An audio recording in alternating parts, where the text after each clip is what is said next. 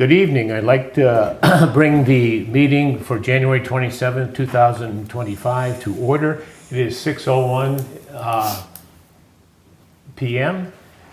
First on our agenda tonight is the approval of minutes. I think we're already all set up on the minutes, I believe. So we're going to go beyond that. I'm going to put it down in another space next time. So that brings us to the department meetings. First on the agenda is the fire department. Come on forward, guys. On down. Good evening. Good evening.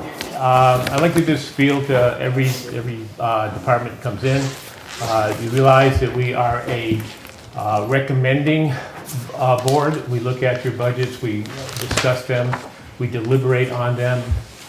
We bring our recommendations to the select board. The select board then, if they agree with us, or they don't have to agree with us, they are the ones that put it on the town meeting warrant. And then everything that's on a town meeting warrant is brought to the taxpayers of the town of Northfield, and they are the ultimate decision maker of all of the articles, all of the budgets on town meeting floor. With that being said, the fire department is here. Please identify yourself for the audience. I know everybody probably knows you, but I've only been around a little while. Skip Donnell, Fire Chief. Mike Quinn, Deputy Chief. okay. Can you explain some of the adds and subtractions from your budget this year? Yes. Basically, you all have copies, Yes, correct? we do. Okay, all right. Running right down, the two top line items, salaries and wages, that's the COLA, I guess that's being recommended.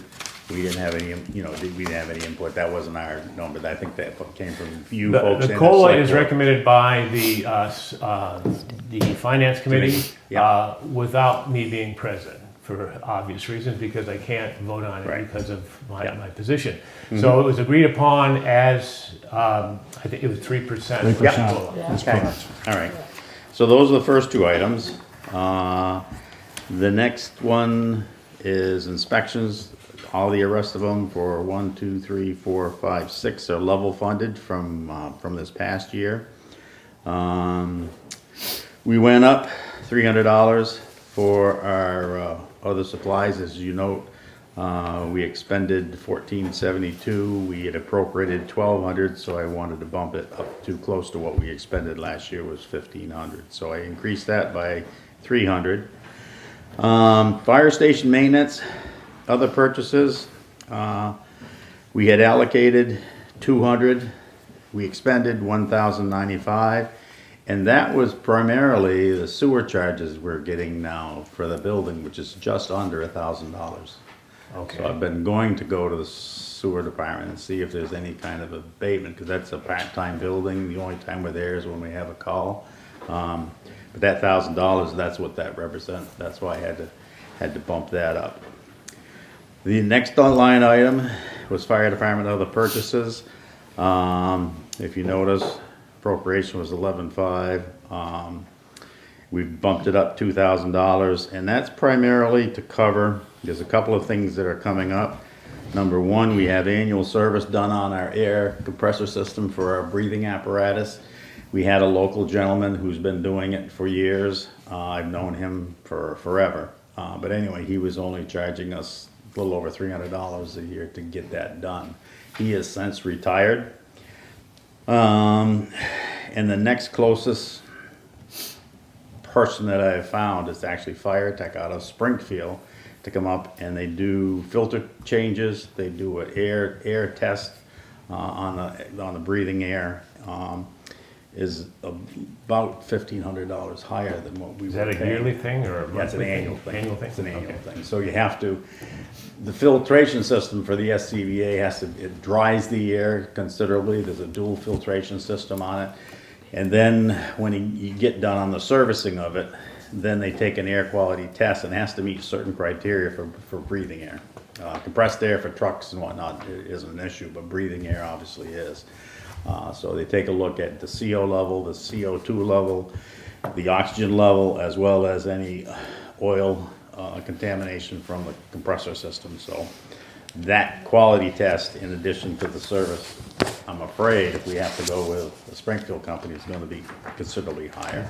So that's part of the item, and the other item is, our aerial ladder. We have certified our aerial every 5 years to make sure that everything is up to snuff with it, and we're coming up for certification for the aerial. Okay. Okay, so that's the $2,000 increase there. The next one is telephone. Last year it cost us $423. So we had allocated $400. I bumped that $50 up to $450. The next three items are level funded. And gasoline, if you noticed last year, we had appropriated $650. Spent $851, so I bumped that $350 from $650 to $1,000. The next diesel is level funded. Fire station maintenance repair is level funded. Fire ponds is level funded. That's for maintenance on the fire ponds. The FERCog radio for dispatch, that is our share, along with the same amount for police and EMS. That's level funded. I did bump dues up from 800 to 1,000, so I increased that by 200 because we expended $924 in that last year. So that's, my increases are down the right-hand column, but it's primarily the ladder certification, the SCBA air maintenance, air station maintenance, and obviously the sewer charge are the big reasons for the increases. And the 3%, thank you, if we get it, so. Well, yeah, we're recommending it. Yeah. And again, it has to go, Yeah. all the steps that I explained earlier. Yeah, I see also that is submitted is the positions as far as doing that. So it's not by person, but it's by position. Yep. With the annual increase actually as far as doing that. So I Mm-hmm. appreciate that. I heard some people looking for a little bit more transparency. So they Yep. can now check this out and they can understand what the cost of doing business is, the salaries and what they're going to. yep. Any questions from anybody else? Yes, sir. I do, Chief Donnell. Yep. Last year, I asked you, and then the Finance Committee agreed with it, that you were supposed to put in a line item for training so that we could make sure that you were, had required certifications, Yeah. had the training expenses clearly shown, and also the salary to pay for the firefighters to go through that training, especially mandatory training. You don't have it again. Well- And the police do it, EMS does it. Why haven't you done it? Because I brought it before my department, and my department agreed that the training that they do is part of their volunteerism. And they So you have no they weren't- expenses they weren't- whatsoever they for were not looking to- certifications. They were, excuse me, let me finish. They were not looking to get paid for the training. But what about paying for instructors? What about paying for materials? What about sending people to courses? You don't send anybody? Yeah, we do, but most of the courses we send to are either state-sponsored or are sponsored by Southwest Fire Mutual Aid, and there's no cost to us to send them to those courses. But the thing is, the Finance Committee asked you to do this. You're refusing to do this. Well, I brought it before my department and said that they're looking for, because I also take this budget and go over this budget with my officers and present it to my department. And I went to the department and said, they're looking for us to put in a line item for training. And we discussed it, and they opted that it's part of what they volunteer for. And as long as the training doesn't cost the town anything, it's us donating our time. But how do we know that you're making sure that all the certifications are required by mandatory certifications? How do we know that you're saying you have no training expenses whatsoever? Not expenses, no, because our training is through the Mass State Fire Academy. Most of it is through the Fire Academy, and it's provided for most departments at no charge, especially the call volunteer departments. Is presented to them at no charge. Because I'm hearing other Yeah, parts of your yeah. budget where you, in the future, that may change. That could change. So- That could change. Could we ask to have that, and if it does, if it does change, then we will address it at that time? Yeah. But if you're saying your volunteers are volunteering their time and you're getting their training free, is there any way that you could, if they get certified, some kind of notification that they have gone through the training and that we know about it, so that if it ever comes back to haunt us, we have that to back up? Sure. I Yeah, appreciate that. So that I think would satisfy a lot. And then going forward in the future, if things change and they no longer are donating their time, is what you're saying, then we would have a line item that we would now look at the cost for doing this. Correct. But I think what we're looking for is to make sure that the volunteers are trained and that we're aware of it, so that in the event that something happens and Right. somebody comes to us and says, well, did they get their training? We would like to be able to say, yes, they have, and here is the proof. So I think going forward, we can maybe look at that. And again, it may be an oversight, not doing that, or since you thought it was, they're donating their time and it was free, that it was not necessary. But in the future, it may be necessary, so I It could think. change. Yeah, I That think could we change. need to, Okay. just like you said here, you didn't know, you were having equipment taken care of, and all of a sudden you lost that ability to have it done at a reduced Local. rate. Right. So in the future, this may end up being a cost item, or, your volunteers may say, yes, we're volunteers, but we want to be appreciated too, and we want to have some recognition. So I think we need some paperwork, not necessarily us, but the town needs paperwork, okay? Yeah. And I understand that if it doesn't cost anything, why you might not have put it together. Yeah. But I think in the future, we need to make sure that we're all covered, is what I'm saying. Well, we are covered by all means.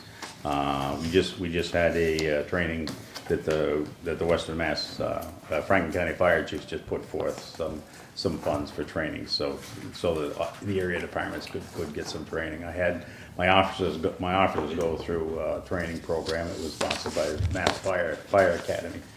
And all those courses through Mass Fire, up to now, have been at no charge. They have the instructors And come out, they pay the instructors out of their budget, so it doesn't cost the departments a dime. And I think that's great as far as doing it. I think that what you have to do is also let the town know about it. We have the Yeah. newsletter that goes out every couple of months. Yeah. Maybe a little blurb in there that they are receiving their training and they are volunteering their time to go for this training. Yeah. That at this point does not cost us anything. Right. Okay. Yeah, it'd be Yeah, we applicable can- good to see how many we can- hours the fire department Yeah. volunteers. Volunteers? I'd like to see an accountability for I that. can give you that. Yeah. Yeah. I mean, Because we also have our department training. We have a department training that we do in-house. We use IFSTA as a guide to our fire department training, but that's once a month, the in-house training that we do. In addition to that, when we do our recruit training program, all the department firefighters are invited to the recruit training to interact with the new recruits as well as tone up on their skills. yeah, that would be great to put in the yearly Hours? book that we have that Yeah. was like now an inch thick. Oh, yes. Yes, Yeah. and to Yeah. give that to Andrea, that we Yeah. can include that in there so that Sure. people realize what you guys do Mm-hmm. as far as doing it. And and it goes a long way to help other things, I mean, Yeah. we're trying to get a building here, and then now if they find out you're doing 1,000 calls and out there doing this, and now they see more of a need, so it makes it a little bit Sure. easier for things like that. Okay. The other thing, did you get your brush truck? Weren't you looking for a new Brush truck? rescue Rescue truck. Oh, Rescue rescue truck. Rescue, I'm sorry. It was Rescue. actually approved at the last selectmen's meeting. We actually have found a truck that will fit the needs. It's gonna need a little bit of stuff changed on it, but we have found a rescue truck from Messina, New York. We negotiated the price on it, compared to what they were asking for it. I presented the letter, where Messina accepted our offer. At the select board's meeting last week, and I've got the paperwork needed to actually purchase the truck. Did it come in on budget? It came in under budget. Under budget, Under okay. budget. The town had appropriated at last month's meeting $225,000. I've got a truck that meets the criteria. It's actually half an inch shorter than the existing rescue truck. must make it It's a little different configuration, so we're gonna have to do some shelving and some other things on it. We wanna put dual reels, hydraulic reels, so we can run two tools off of it independently from our power unit for our jaws of life and cutter and whatnot. We gotta do a little bit of work on the electrical system. It has an onboard 10 kW generator for power and for lighting. The one thing it's lacking is 12 volt scene lights. It has lighting on all four corners, but it doesn't have any good scene lighting on like the left hand side, the right hand side. So there's some of the things that like that we need to add. We obviously need to paint letter. We need to, radio installation, so there's other things. So out of the $225,000 appropriation, we negotiated the price. It's a 2010. It's 15 years old, okay? The last truck we got was 20 years old, and we kept it for 20 years. It's a 2010, and it is, the original miles on it's a diesel automatic, has on-spot chains, onboard generator, more compartment space than what we currently have now. And we got it for $160,000. 10,000 miles on the truck. 10,000 original miles on the truck. The truck only rolled once last year in Messina. Oh. And it became available because the Messina rescue unit used to do all the auto extrication, high angle rescue, water rescue, etc. They have been overwhelmed. They're now running 4 transport ambulances, so they're doing ambulance work all the time.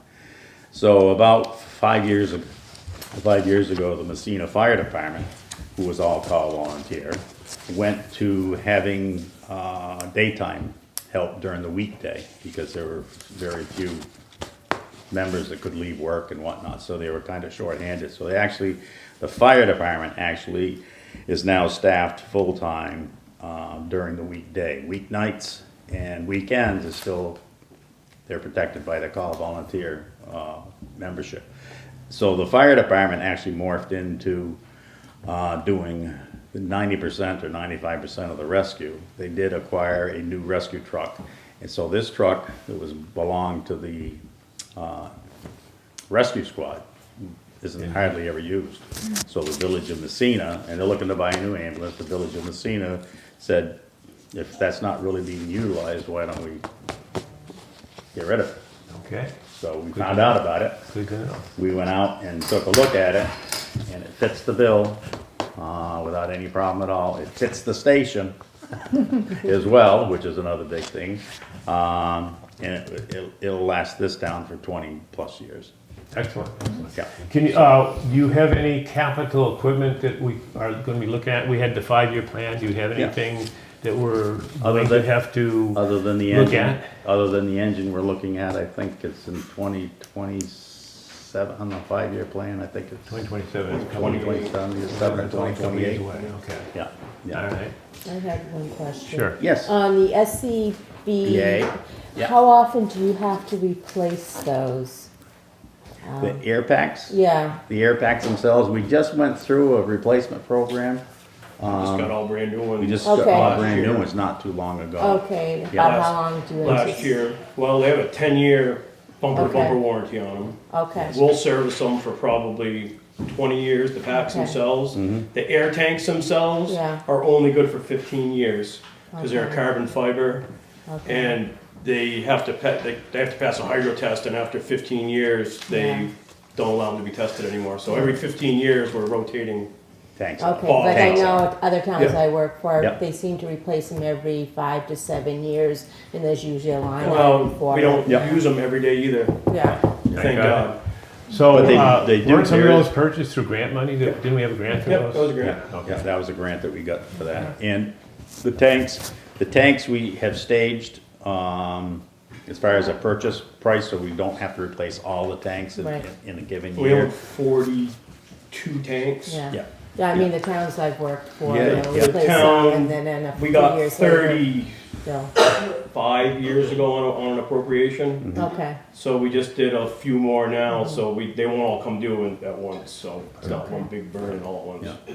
Perfect. Speaking of grants, we just got in, Assistance to Firefighter grant for, and I mentioned this at the Selectmen Board's meeting. It was a grant, Northfield could get up to the amount of $12,500. And we actually put in for grant, and the three things we put in for were all priority one needs. The first one was when you have an electric vehicle and you plug the electrical vehicle in, okay, it disconnects the battery from the rest of the car system and allows the charging to only go into the battery. They have found that there is what they call a rescue plug. So if we have a car that has either a car accident or a minor fire, the way it makes it as safe as possible for not only the victim but also first responders is to be able to plug this in, and it disconnects the high voltage system from the rest of the car. So we put in for 2 of those. We also put in for the other thing we have never had, even though we've done a lot of extrication, is we've always done vehicle stabilization. If the car is up on its side, rolled over on its roof, we've always done vehicle stabilization for the victim and rescuers with cribbing. They do make what they call rescue struts or rescue jacks that you can utilize to stabilize the vehicle so it can't move, as well as airbags that can help lift a vehicle. So we put in for both of those, and as it was, we got the full $12,500. We're going to end up taking a little bit of money out of my my equipment budget, because I think it came out to $12,551 or whatever.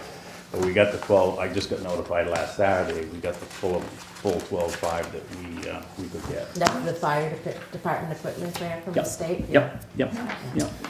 So, again, with electric cars, is there any suppression systems that you might need in the future as we're seeing more and more electric cars coming up? The only thing that you can put on lithium-ion batteries are an issue. There's no Yeah. question about it. Oh, yeah. Okay? That's the issue, The bigger they not are, the car the itself. harder it is to deal with them. Yeah. If we have an electrical vehicle fire right now, they tell you, the fire service is telling us, as well as the Mass Department of Fire Services and the State Fire Marshal's Office, it takes approximately 20,000 gallons of water to put out an electrical vehicle fire, an all electric.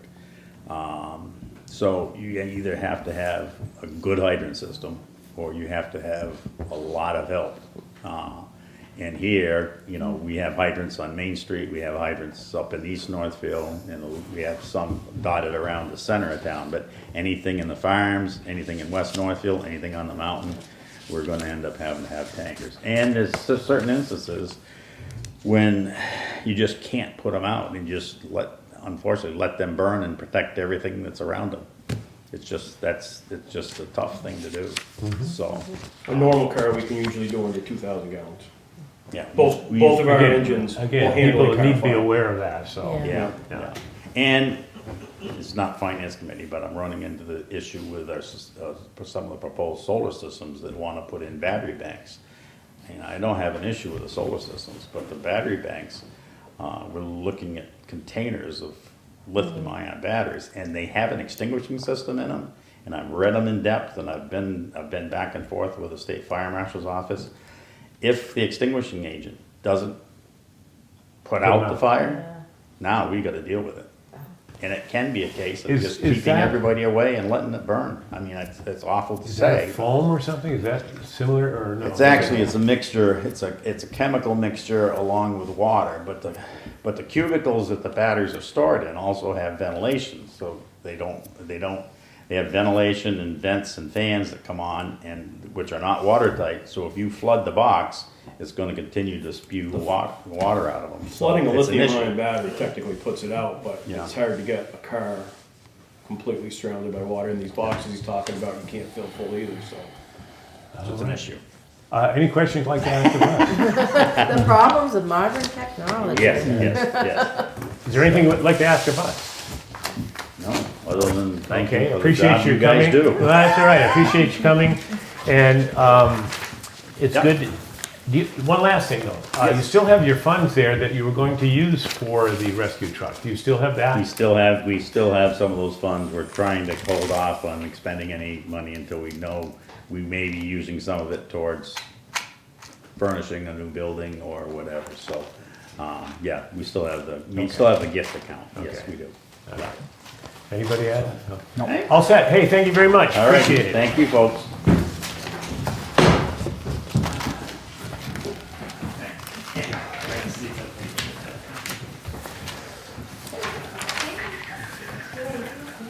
Next up on the agenda is our EMS ambulance and reserve fund request. Hi, everybody. And who is it?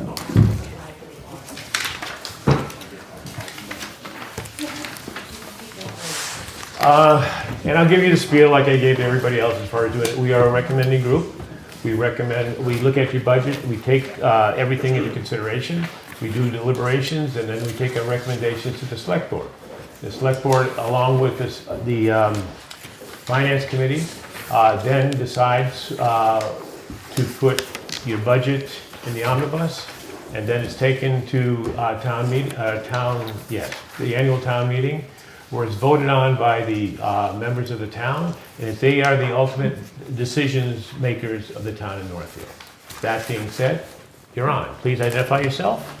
So my name's Matt Wolkenbright. I have not met all of you yet, but it's a pleasure to meet y'all and be in front of you.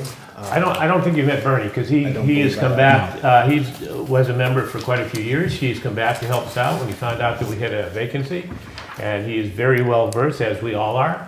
So I appreciate him coming back, and I will let you take the floor right now. So let me just confirm with you, the budget spreadsheet that you were given in your packet is which one? Okay. I have one that has it says 3MS, it doesn't give a date on here, but I Okay. got it this weekend, so I'm Okay, assuming I it think is we're- the up-to-date. The numbers should all be the same. I may be working off a little bit different format, but let me first say that, so as I came in September 11th was my appointment.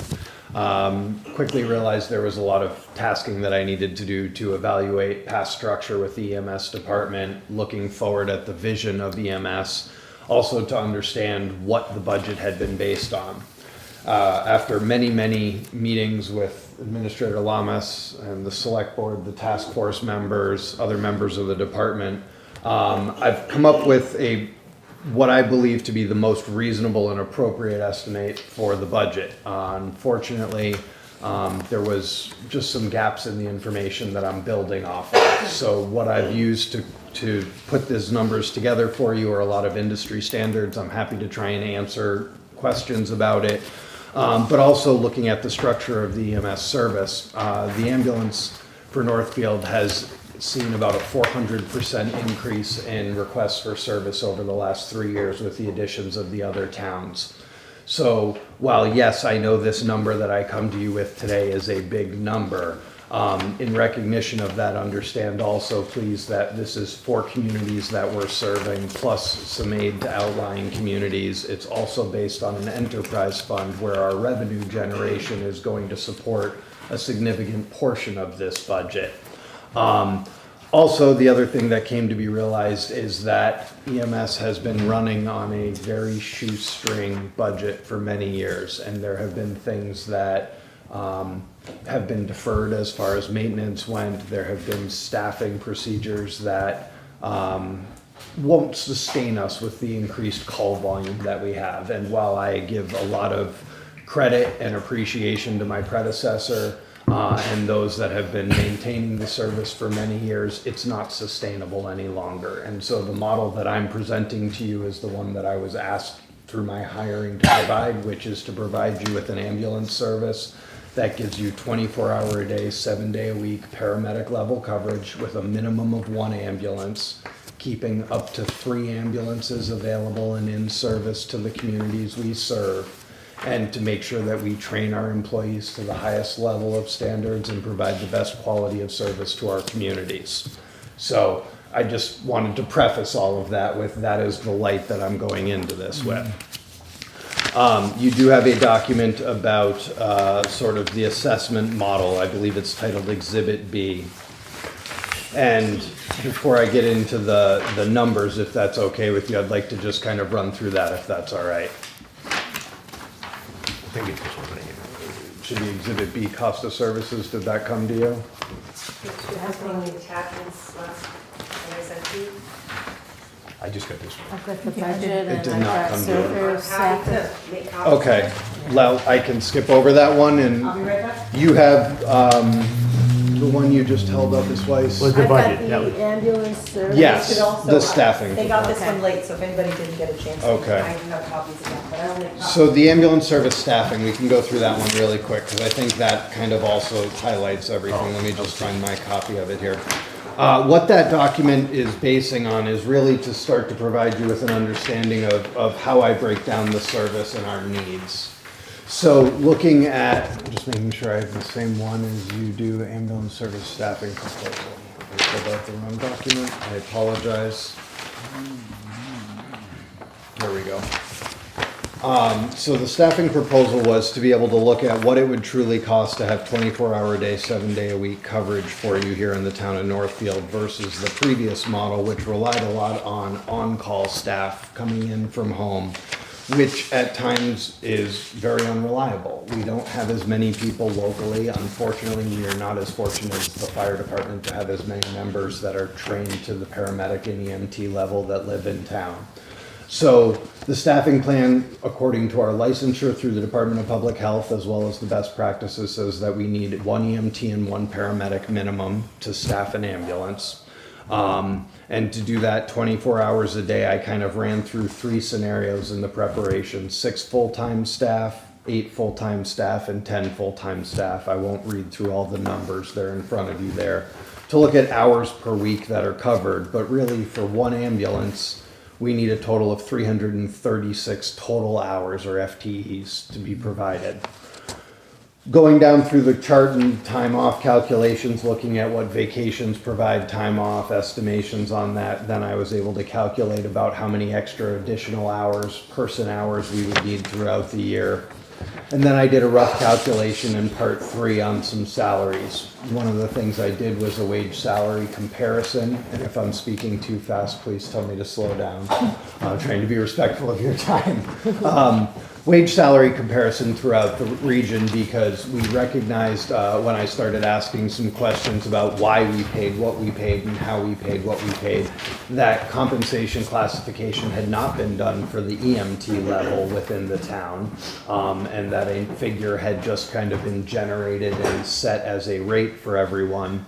And even when we hired the paramedics, the original 1 and then 2 that was added last year, a real true compensation classification study hadn't been performed on that. So the numbers I used for calculations are shown in the chart there as just sort of a mean average of low end what paramedics and EMTs are paid throughout the region currently per hour. 3.1 gives you the full and part-time breakdown on cost per salary to cover the 336 hours per week, which just gives us 1 ambulance. And mind you, we oftentimes are operating 2 or even 3 ambulances simultaneously. Part 4 broke down the cost with benefits, which were all estimates based on what I was able to gain from the very helpful folks here at Town Hall and historical records and our best guesses going forward. And then I got down into part 6, which kind of gave me the staffing model and looked at what was going to be the best balance for cost effectiveness for the community, as well as to give us the best ability to provide consistent staffing and still maintain a little bit of the on-call and per diem sort of engagement that Northfield EMS has been based on. So those who didn't want to work full-time, maybe only 1 shift a week or a couple shifts a month, still has a place here in Northfield. They can still serve the community as they have for so many years. And that's where I landed on this cost efficiency model of looking at 6 full-time employees plus myself, which is kind of a balance that had also been recommended through the task force work with the Collins Center group. So my request at the end of it came down to basically hiring 2 full-time employees, EMTs, which I went to the select board about a month ago for, given our budget in FY '25. Was able to show that we can do this without adding any additional funds. We were approved and have successfully hired 2 full-time employee EMTs, so we now have 2 benefited EMTs and 2 benefited paramedics that work with us. And then I'd like to move into the next budget, which will give us 1 additional full-time paramedic and 1 additional full-time EMT, or a full-time benefited staff of 6 in addition to myself as the 7th member. And then our per diem or non-benefited positions, who are so valuable and work quite a number of hours for us every week. So that was kind of the big calculations in a nutshell from that, but I wanted you to be able to have that. So your budget is based on the 6? My budget is based on the 6 plus me, Okay. with those as estimates So for that's where, what this is all about? that's what Okay. this is all about, yes, sir. Okay, So I'll go to the spreadsheet. sure. So as we look at the salary line items, my salary is the top line item, which was approved by contract with the select board when I was hired. That had not been in the FY '25 budget either, so this is a new line item to be added in. The EMS administration position, which was recommended by the task force as somebody who could, excuse me, help with paperwork, clerical tasks, organization of scheduling and other things, which we have not yet hired because I'm still trying to make sure I have an understanding of what can be delegated, is still left in there as was recommended from the previous year and allocated for. My guess is that likely as we move into the new fiscal year, this position will be something that I will be requesting to be filled. The stipends for some of the captains and coordinators and things, I would ask that still remain because that work is still very valuable to have within our budget. And then 1, 2, 3, 4th line EMS wages is the one that you'll see under FY '26 does have an increase to it to account for the fact that we're going from 2 full-time benefited positions to what will now be 6 full-time benefited positions for providers working for Northfield EMS. That also comes with the increase in the retirement, the health insurance, and the Medicare line items, which previously had been excluded and sort of covered by the town as indirect costs, but have been shifted into the EMS budget. Again, I think it's important that we do this so that way we can recognize the amount of money towards our operating and capital that the enterprise fund and our revenue generation provides, and the percentage that we ask for the assessments through the towns to offset sort of this differential, rather than hiding these indirect costs of employment in the town where it's very hard for us to say how much does EMS actually cost the community. And I'll come back to the indirect costs a little bit later.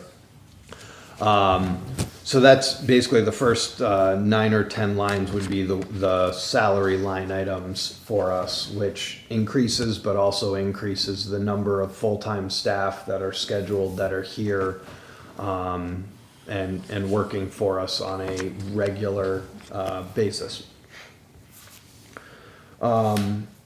With the appropriation at Fall Town Meeting of the new building, which thank you to the community for and everyone for supporting, we anticipate through all of the work that we've done that our operating costs for the building actually should be fairly equal. So I've left them level funded for the most part as far as electricity and heating go. It'll be a change from oil to propane once we get into the new building. Electricity will be offset by the photovoltaic system. Chief Donnell, there's no battery storage, so we're okay. Wherever you left. All right.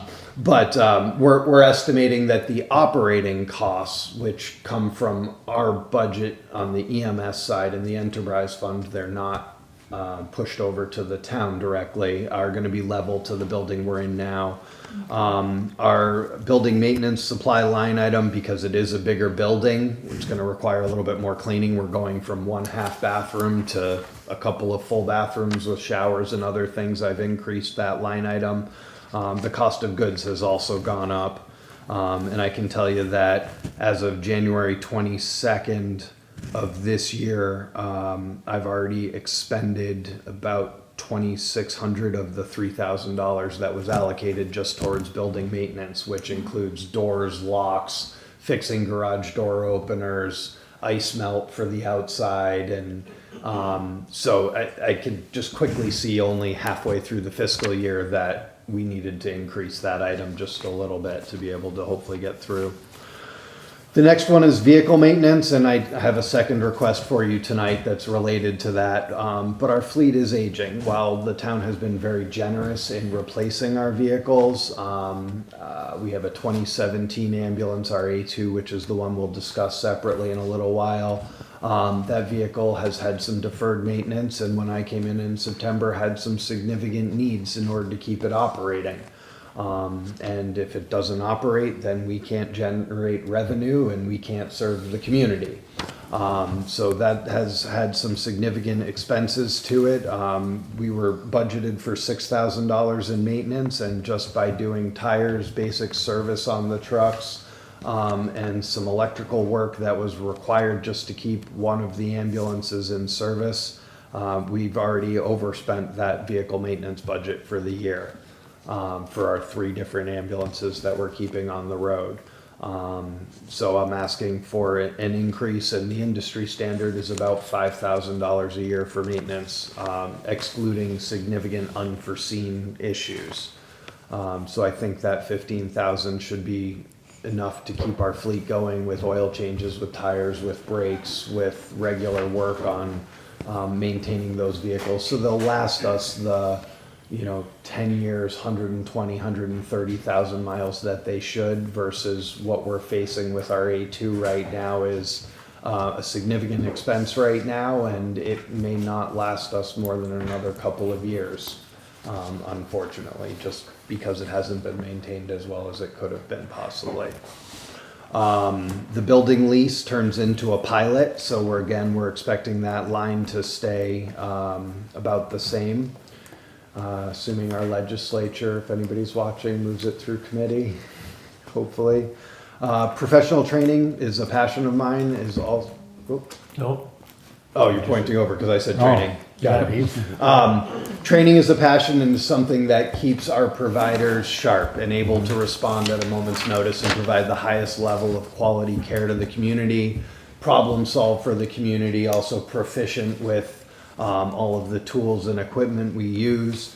So this line item is being increased, to make sure that we can take care of our increasing full-time staff. Paramedics require 20 to 30 hours per year minimum of mandated training. EMTs are 10 to 15 hours per year minimum.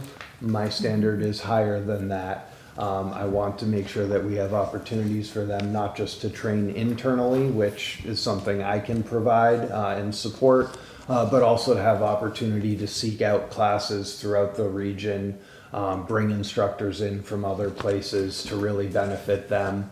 We have a call volume, but we are not the highest call volume service in the area. So the way we maintain proficiency is through simulation, through exposure to other people, sharing experiences, and then obviously education and training being brought to our providers so that their minds are always sharp and their skills are always honed. So that's where I'm asking for that increase. Transport related expenses, medical supplies alone have seen a 7 to 10% increase just over the last year, just in the cost of Band-Aids and other supplies that we're required to have, and everything has an expiration date on it.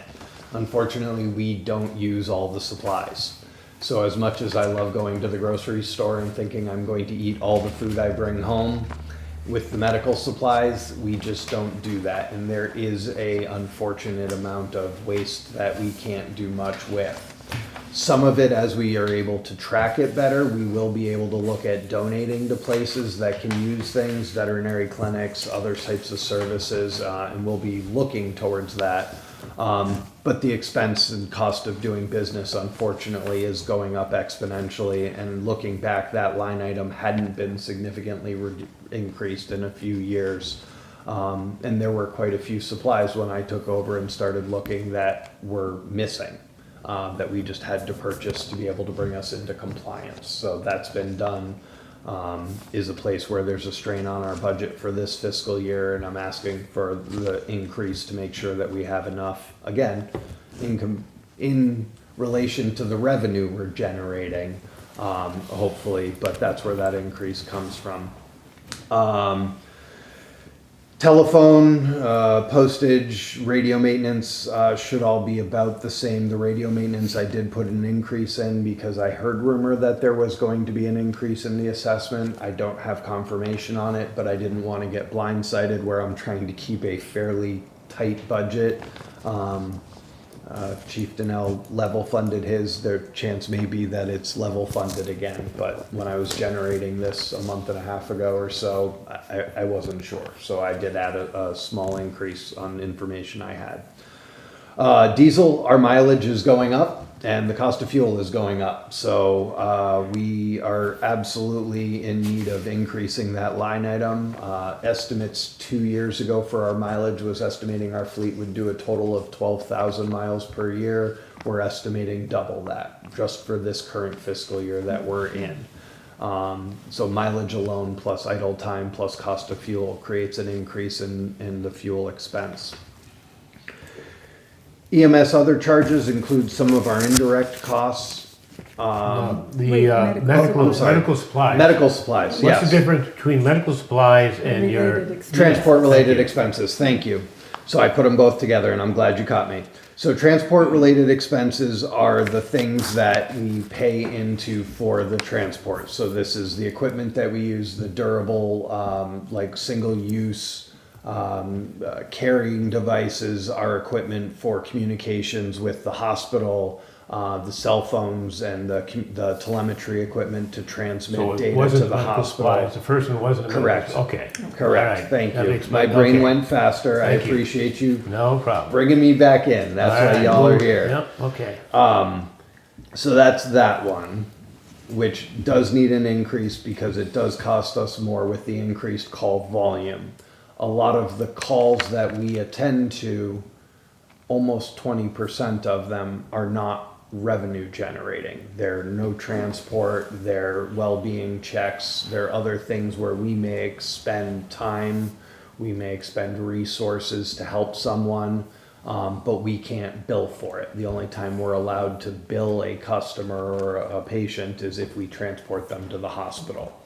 So some of those fees get absorbed under transport related. Medical supplies goes to my plea, 3 minutes ago in the recording, when we were talking about the increased costs there. We won't let you start over again. We'll just keep going. You want me to go all the way back to the top? Just All keep right. going. So then we run down to other charges, which I was just saying are some of the indirect costs that we get. Uniforms, the line item was $2,000. It is my intent that all of our employees will have appropriate uniforms that match for 4 seasons, so they look professional. They have access to washers in our new facility so that they can be clean. They will have replacements of them, and this has been something that has been done for shirts, but not previously consistently for pants, for shoes, for other things, which is the industry standard. If we're asking people to wear a uniform, we should be paying for it. And with having a full-time staff of 6, plus my per diem and part-timers, So do you rent right now? Do you? we rent? purchase. You purchase? Yeah, Okay, everything is actually purchased. Okay. Yep. And unfortunately, anytime you put, a logo on something or whatever, somebody charges you a little bit more money for it. We have a couple of vendors that have been working with Northfield EMS that actually have better pricing than some of the stuff I could have found on my own. So we anticipate maintaining those relationships. But I mean, just the amount of replacement and I mean, sweatshirts and jackets that I've had to provide just since I took over in September to make sure people are okay in this cold weather has been significant. It was a deficit that we've had to fill. And so I want to make sure that as we move through summer and then into next winter, everybody is safe, everybody has reflective jackets that they can wear, everybody has appropriate shirts, so they look professional and tidy. And some of our staff that have been doing this for a long time have some uniforms that need to be replaced at this point. Dues and membership is for professional memberships to associations, National Association of EMTs, EMS educators, the regional office for being able to participate in their annual events. Also for some of my professional development, which is contracted for me to be able to go to other trainings to better myself and bring stuff back. That's what's in that line item for dues and membership. Licensure and inspections is going up. It requires us to license our ambulances. We will have 3 sets of advanced life support gear, assuming all of our budget and everything else moves forward in our grants and fiscal planning, which does increase the cost per unit to pay for them. However, it also vastly improves the ability of us to care for the community. Rather than relying on mutual aid from other places. As we bring more paramedics and EMTs in, we will have a much better position to safely and adequately protect all 4 communities and the other communities around us that request help. So that's where that goes up a little bit. Insurance, we moved that to the other item, is that right, Administrator Lamas, into the indirect? It moved into the indirect, so that's why that one's not on there. And then I have a capital worksheet for y'all for the other part of it. These? Yes. And my capital requests. Okay. Questions so far? Do you want to go through this and then we'll get into the, are you talking reserve fund? Is that what you're talking Nope, about? I'm Or talking, another? let's finish budget. This one? Okay. Is that what you're No, I on? don't have a copy of that. It's not colored. It's just, she just handed it out. Oh, okay. This one Handed and it then out. there's also the, Okay. Exhibit B or whatever. Which one, are you on this one? Yeah. Copy, Yeah. gotcha. Okay, so the FY26 assessment worksheet, which is, I think, it's part of assessment. Of Exhibit B? Exhibit B. yeah. So what I gave you, if you go to the back page, that's the sheet you get.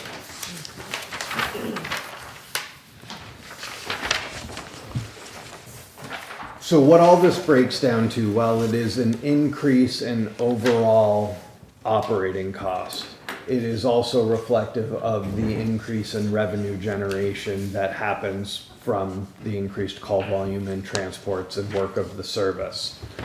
My estimates for what we need to do as well, not just as operating, but also to support a capital improvement plan, which has not previously been in place. And I've worked with the task force to put in place, is a model whereby we will contribute, each town will contribute towards the capital improvement plan every year, rather than what's been asked of the town of Northfield previously of, we need an ambulance, could we have $400,000 or $500,000 in this budget? And we would like to do this in a manner, I have a 10-year plan that's been worked out that's with the task force that I can absolutely bring to you. I apologize, I didn't have it prepared for today. But estimating out based on when things will need to be replaced, when our ambulances need to be replaced, when our cardiac monitors, our defibrillators, our stretchers, all things that are tens of thousands or hundreds of thousands of dollars to replace and are predictable, we can start to plan that out and start to put money aside within this model every year so that we're contributing to it. So when we reach year 3, year 4, year 5, we've already hopefully got that money in place and inflation of prices hasn't exceeded it significantly. We're faced this year with the circumstances that one of our ambulances is at end of life. It really can't provide ALS service. It's our van ambulance. It still runs, but its cost to operate is going up exponentially. Our A2 ambulance, the 2017, is the one that I need to talk to you about, the reserve fund transfer for. It's undergone close to $13,000 worth of necessary mechanical and electrical repairs just to keep it on the road, some of which are in progress right now. And then our A3, the newest ambulance, which is just a couple of years old, is already at almost 30,000 miles of operation, which means that what could have previously been a 15-year truck at its current pace, if we don't start to replace our fleet quickly, is going to become something that is just not tenable to continue to maintain and operate. So this year we're faced with an accelerated need for capital replacement, also because our stretchers are behind, our load systems and our monitors weren't ever in a capital improvement plan. We're faced with year one a little bit more need than hopefully in 3 or 4 years, once we get ourselves into a cycle, we will ever be faced with again. So the capital assessment that I'm looking at is in part going to be an assessment. Part of it is retained earnings that we have held on to. I'd like to use $165,000 of it towards our capital. I'm suggesting that we have about $145,000 of sort of pay as you go, meaning that we won't be paying for all of this until we receive the equipment, and we're looking at some straight bonds and some other debt service type models. I apologize. Debt service models where we can spread the cost out over a few years so we don't have to raise the cash immediately. But it will be something that will be a liability on our books. And then for the new ambulance, we need to start to raise the money to be able to replace this ambulance, which if we ordered today is estimated to be at least 20 months from delivery. So what we do today is almost 2 years from coming to us now. So we won't actually pay for it until we get it. But it's something we need to be moving towards, which is also when I talk about the replacement cycle, why next year we have to be looking at this again. What's the cost of a new vehicle? We're looking at anywhere between $400,000 and $500,000 for a new ambulance to come in with the equipment that's necessary to operate it and update it. So my capital request is for $500,000 for that ambulance, I believe, is what I had put in. Yes, That's correct. Thank you. that's on the article. Okay. Is that, again, I'm looking now at what our assessment is per year for Northfield. So the $500,000 is a shared cost for the 4 towns based on their assessed percentage? Correct. And that's worked into this so that That's we worked into the $102,000? No. No, that's just your operating budget, right? That's the operating budget. So you'd have to have an extra assessment once the ambulance comes in. No, he's No, asking for it now. Yeah. asking. Told him I would come up. Yeah, They can't, yeah, they come on can't, up. no, I don't wanna stay here. No, you can sit down. But that's what he's doing here when he does the total expense. It has the capital stuff in it, as you can see, and then he talks about the revenue, and then you get to that total assessment. So those capital assessments are actually in everybody's part of the assessment. Correct. Okay, So if you look at the, you know. Right, the worksheet, the bottom it's line, the top. FY '26 total assessment of $283,847 to the 4 towns includes the operating and capital request. correct. And Okay. our share is Correct. $102,778. Correct, Okay. which works out to less than 10 cents a day per person in town. Again, Just putting it out there.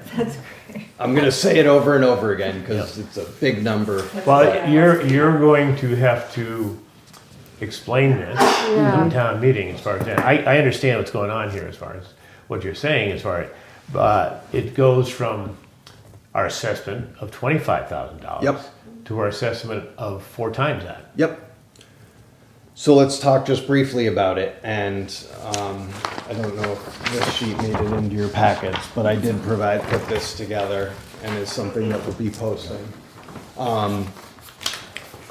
As we start to look at the increase, I know it's significant.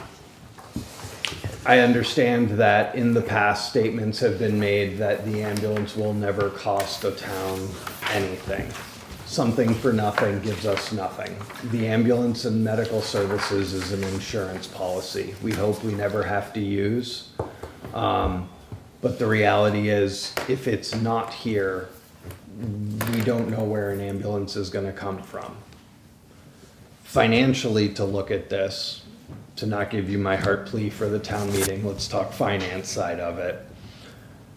If we had done the assessment model that the task force and the regionalization group and the consultants came up with, which is also where I came into the picture, if we had used the 50% population and 50% call volume model, which is how we're building this assessment coming forward, last year on the 2025 budget, Northfield would have been assessed over $61,000 for the ambulance service.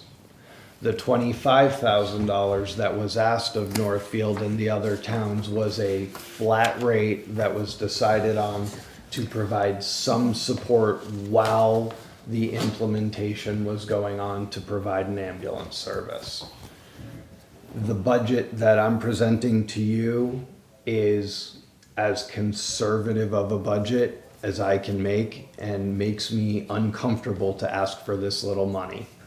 We're gonna do it, we're gonna provide the service, and we're gonna make it happen. But it costs this much. It costs over $1 million to operate a The service. question you're going to be asked Yep. come town meeting is, how come Northfield doesn't get a break because we own the building? So Northfield purchased the building. The building is a Northfield town asset. That was going to happen wherever we went. Northfield owns Town Hall, Northfield owns the fire department. I believe Northfield owns the library. Northfield will be sharing the operating expenses and the expenses to use the facility going forward. But the building is still the town of Northfield's asset. We're a department of the town of Northfield. So the vote that we asked at fall town meeting was for the town of Northfield to purchase this building, just as the fire department and the police department are working with the building services committee to find a appropriate home for them to operate out of. And so the cost of the building was something the town of Northfield has undertaken and is a retained asset. If EMS was to go away or was to move, the town of Northfield still retains that asset. Just as any capital purchases that are made for the department through the intermunicipal agreement that's being signed by all the towns, Northfield retains ownership of all of the assets. So while we're asking the other 3 towns to contribute to this whole thing, it's kind of the flip answer to what you're asking. Any monies that are being contributed by the other towns are for the services and the operation, but ultimately we are a Northfield resource, a Northfield asset, and owned by the town of Northfield. So So the lease agreement goes back, the $17,000 goes back to the town, is that what you're saying too? the pilot, the payment in lieu of taxes that we'll be paying to the town of Bernardston, Okay. I was gonna Oh, that's, Yeah. oh, they're going to Bernardston, okay. That's gonna go the first. town of Northfield will own the property. We had to go to the legislature. The bill has been filed for the town of Northfield to Okay. buy property in the town of Bernardston, and we will have to pay them an assessment based on That's taxes. mass general law. Yeah, And we don't know what that is yet? It's their taxes. It's So their last year it taxes. was Oh. 15, I have to go look, but it's, Yeah. we have to pay what they would get in taxes from the other entity that's there. So I know exactly what the history of the taxes are. Just as if you could look up any building in Northfield, you can look up any building in Bernardston. Right. And to reinforce a little bit more strongly what Matt's saying is, remember, the other towns are putting in money as part of this capital assessment, correct? All the ambulances that get purchased will be owned by the town of Northfield. It's been made very clear to them. They're helping to pay for that capital asset. But in the model we're going with, it will remain a Northfield department, and all the capital purchases, every chair in that building, every ambulance parked in the garage, everything will be a Northfield asset, including their assessment to help upkeep the building.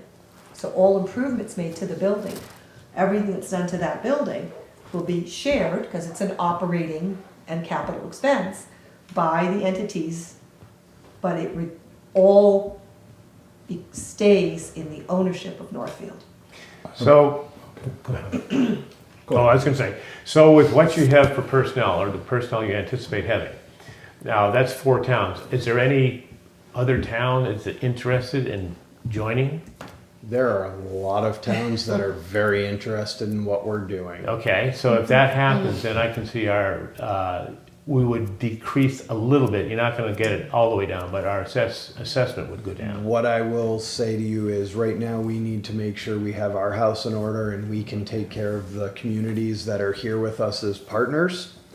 And as we grow and as we move through the future, if there are additional opportunities, part of the model and the governance for our organization with the 4 towns is that all 4 towns hold a committee, such as the task force that's currently in place, to look at our structure, make recommendations to how we operate, and if there was an opportunity to come back and say another town wanted to join in, we would have to restructure the assessment model so that they were paying their fair share. Yeah, however, you bring somebody in, you're gonna probably have to increase the number of people you have there, so it's kind of a I will tell you, catch-22. somebody asked me in Gill the other night from their finance committee, what happens if we want you to have 21 ambulances? And I said, that is not a finance committee meeting that I want to go to in 4 towns. But if you ask, I will go do it.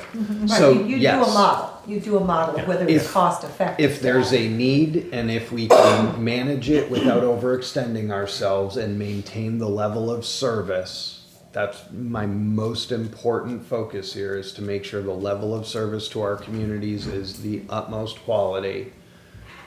If we can do it, we want to entertain it.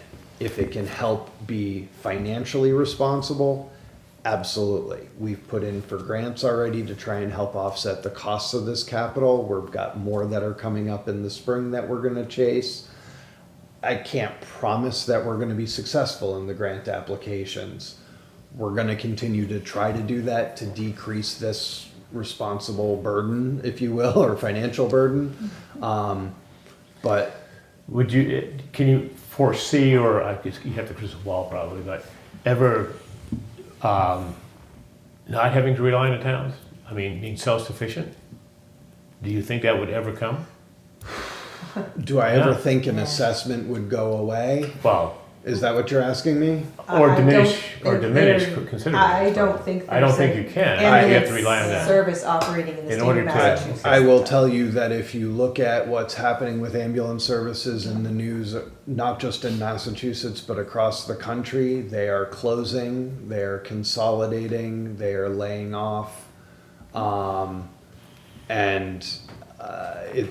It's not a sustainable business. So until there is some significant reform in how emergency medical services are compensated, we're going to have to rely on some insurance money basically from the communities to ensure that we're viable. Are you having any issues with staffing? Getting people to, I have paramedics and these? 3 more people that are coming on board. We've hired 2 full-time employees. We've brought on 2 per diem paramedics in the 4 months that I've been here. I have 2 more, I think, in the wings right now. I'm pretty optimistic, and assuming, again, part of my model and where some of this increase in salary comes from is that we have to align ourselves not just with equipment, with purpose to be a employer of choice, if you will, but we have to match a salary. So the select board has approved our retirement group change to group 4, which is now comparable to what the fire departments receive, which is where the majority of public safety EMS workers go. So we can offer them a compensation package that's enticing for them to come to Northfield and work with us. So that's, I don't know if that's the answer, You had but a question, Bernie? Well, I've got several questions. Obviously, the town of Northfield purchased the property over there, and so we're completely responsible for any major capital repair or replacement of the facility itself. Northfield is directly responsible. I'm saying different from operating expenses. So the town of Northfield is fully responsible for anything major to the building. Is that correct? In law, yes, but the idea is it's going in the capital plan, and if anything were to happen, I can't see how Northfield would not turn around and put that into the assessment model. Okay, but if there was something like a major, I'm just saying, say a boiler failure or something like that happens there, you'd have to come to Northfield first, and then we would have to seek compensation it from is the a other town communities to correct. help cover the cost. We also insure it, Yeah, so we do have insurance on it as a town insurance policy. Yes. We are fully insured under our, we will be adding it as soon as we own it to our insurance policy. So yes, so for anything that's insurable, we will have insurance. now the other thing is the assessment model, that covers all the indirect costs, workman's compensation, retirement, Well, they're not workers' comp, they're IOD, injured on duty, but yes, that's part of retirees' health insurance, OPEB benefits. so, right. yeah, see so the other piece, Is that in and Was it there?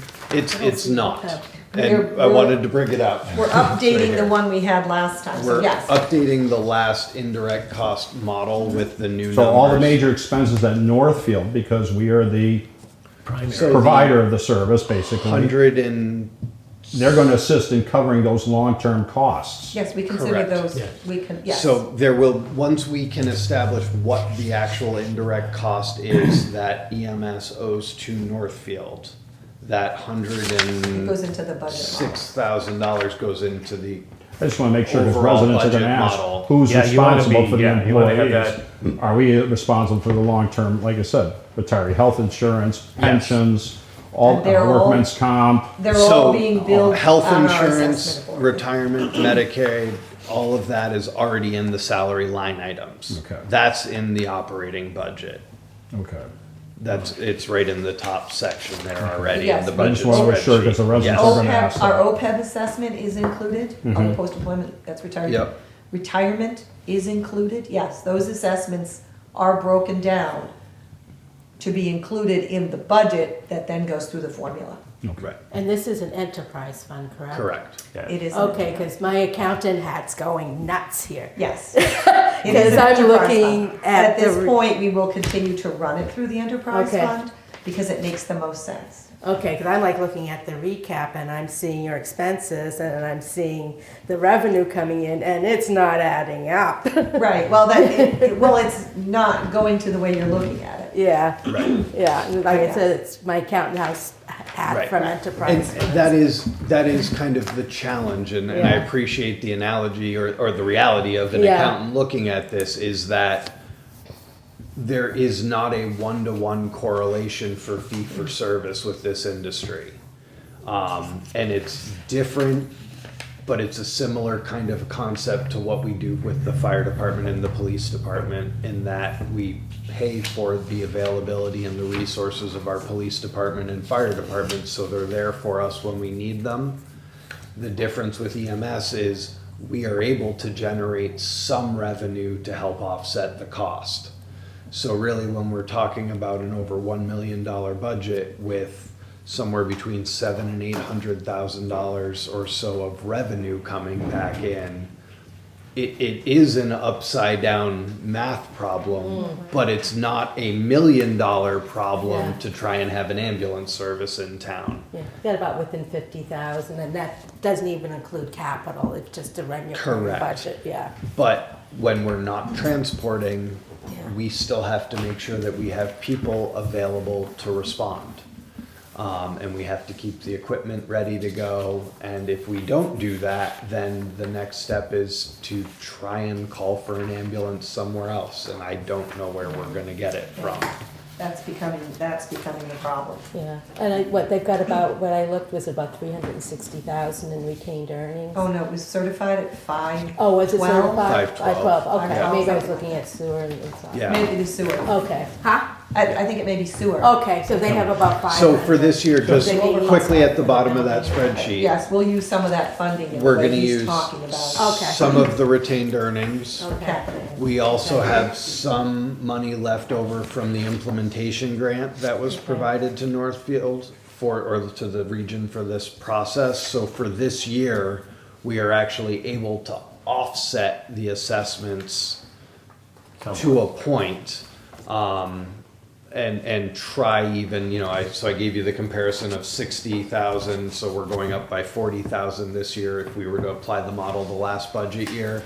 I don't know what next year will bring. It'll depend on what we have for retained earnings, what we're able to bring in for revenue. But for this year anyways, we're using as much of our resources to try and lessen that gap or reduce that ask from you, from all 4 towns for the assessments. And I do have to say we are lucky in one respect. I know it seems like a lot of money to say we're lucky, but we are ahead of the curve on this. Other areas of the state are actually a year behind us and are actually going through the regionalization and efficiency grants to do their planning, which is the grant we did last year, the year before. We're in the implementation grant that we got a year ago. So if you look at what's happening in the Berkshires, for example, I don't know how many towns is that done, or 8 or 9, they're actually putting together a regionalization plan. And they're using the exact same consultants we did. So they're all a year or 2 behind. And I think Adams just actually had their ambulance closed. Yeah, not State too long closed their ago. ambulance Yeah. department because they can't staff it 24/7. Can't have a part-time ambulance department. The state says that's not public safety. So we are lucky, if you can call it that we are actually a year ahead in this, and that we actually have partners already at the table with us who are willing to come along. Does that mean there may be future growth and other interest? I think the idea is to get the legs under the table before we even look at that. Now, the other question I have is, obviously you've put in for a capital request for fiscal year '26 for an ambulance. The A1, so the residents are aware, how old is that ambulance? 2 years. The van? That's the one, The newest one. Oh, the old one. The old Oh, the van. old one, that thing is 20. 2008? 10? That's a small, Yeah. Right. Yeah, no, I understand. I just, so the residents are aware Yes. of, what is the age of the It ambulance? was- Is it a van? It's not the It's a truck type. van, it's not a truck, it's got very low miles, but Mm-hmm. it was the original, I believe, original transporting ambulance to the service, or the second one that Which is came parked in Irving. Which is would housed that in be used for Irving. just transportation now? It's for running at a transport? basic level. So- Can't run it at Right paramedic now, level. actually, because our A2 is in for major overhaul, it's here in Northfield and is operating as our second truck, but can't be stocked at the paramedic level, so it's requiring a little bit of nuance from us. Any when we other need the questions? second Yeah, so obviously the other communities are aware of the fact you're asking for an ambulance, is that Yes. correct? The Okay. communities I've spoken to. So I've been to Gill, I'm here with you, I go to Bernardston Okay. next week, I believe, and And then obviously the A2, which was purchased by the town of Northfield, we bonded for that several years ago. How much life do you think that thing is left before you have to replace that? my hope is with the repairs that we're doing right now, which are significant, they include brakes, which had not been done for quite a while, some oil pans, a valve cover gasket, some steering linkage. We should be in the next 30 to 40, 50,000 miles that we should be able to get out of it. And it'll allow to take a little of the workload off of A3, which is the newest ambulance, for the next year and a half to 2 years while we wait for the new replacement ambulance. So my hope is that A2 will survive the next 2 years. As soon as our next ambulance comes in, will become a mechanical spare and could potentially last us for another couple of years in that capacity until we're able to replace the next ambulance after that. And my final question is that What is the anticipated move-in date for the new building? As soon as our state legislature approves the purchase, we are working with Valley Concrete to come up with a transition plan. So we need the state to approve the actual purchase before we can sign it, correct? We are working with our lawyer on a purchase and sale agreement with the seller, and we are working on a very flexible move-in kind of schedule because we can't do anything until the state legislature by law says that we can buy land in another town. So that bill has been filed. We're waiting for assignment to committee. As soon as it's assigned to a committee, we're gonna hit them hard and ask them to get it for a hearing as quickly as possible. And then once it has its hearing, we're hoping that it'll move through the process. We've been tracking all the things that we need to do. We'll know the inflection points on where we will reach out. Our legislators are well aware. They're gonna go to bat for us. As soon as that bill is signed, our purchase and sale agreement, which is actually gonna be signed sooner rather than later, it has the contingency in it that it has to pass. So we'll sign a purchase and sale contract saying, once that bill is passed, we will purchase the building. What we're working on right now is they need to then transition out of the building while we're really ready to transition the next day. Well, that's obviously not gonna work because they're not gonna transition out of the building while they're sitting So- around waiting, so. Do we have a plan B? Yeah, If for that- some reason this doesn't go through? Well, Because you're basing your budget and everything on having that building. well. So it'll we the will be same coming cost if back we and don't. talking about that if that does not go through, and we'll have to, My plan B is that we're going to have to try and find a way to extend our existing lease and find a way to improve the facility that we're in right now at a temporary level until such time as we go back to the Building Services Committee and work with them to try and find a plan C, D, E. I'm not quite sure where we're at this point. just, that is the worst case scenario. It Hope is. it doesn't happen as far as doing that. I think we understand the budget as it's being presented. And since you were talking about A2, I think it's the appropriate time to bring up A2 and the repairs that need to be done. And also your requests for reserve fund funds. Yeah, so, it is not the most convenient or comfortable place to be sitting with you, meeting you for the first time and presenting you with this budget and having to bring this to you, but, A2, since September, had to undergo, over $3,000 in electrical repairs, just to keep the truck functioning, which was out of warranty. I've battled with the manufacturer and others. That was the best I could do to get a couple $1,000s back on it. That put it back in service. We noticed that there was a significant oil leak, some brake problems, other things that I've already listed off, to the point where the truck had to come out of service for safety reasons. I brought it up to 2 different repair places to have it looked at. The dealership that currently has it to repair it is the one that's been doing work for us previously.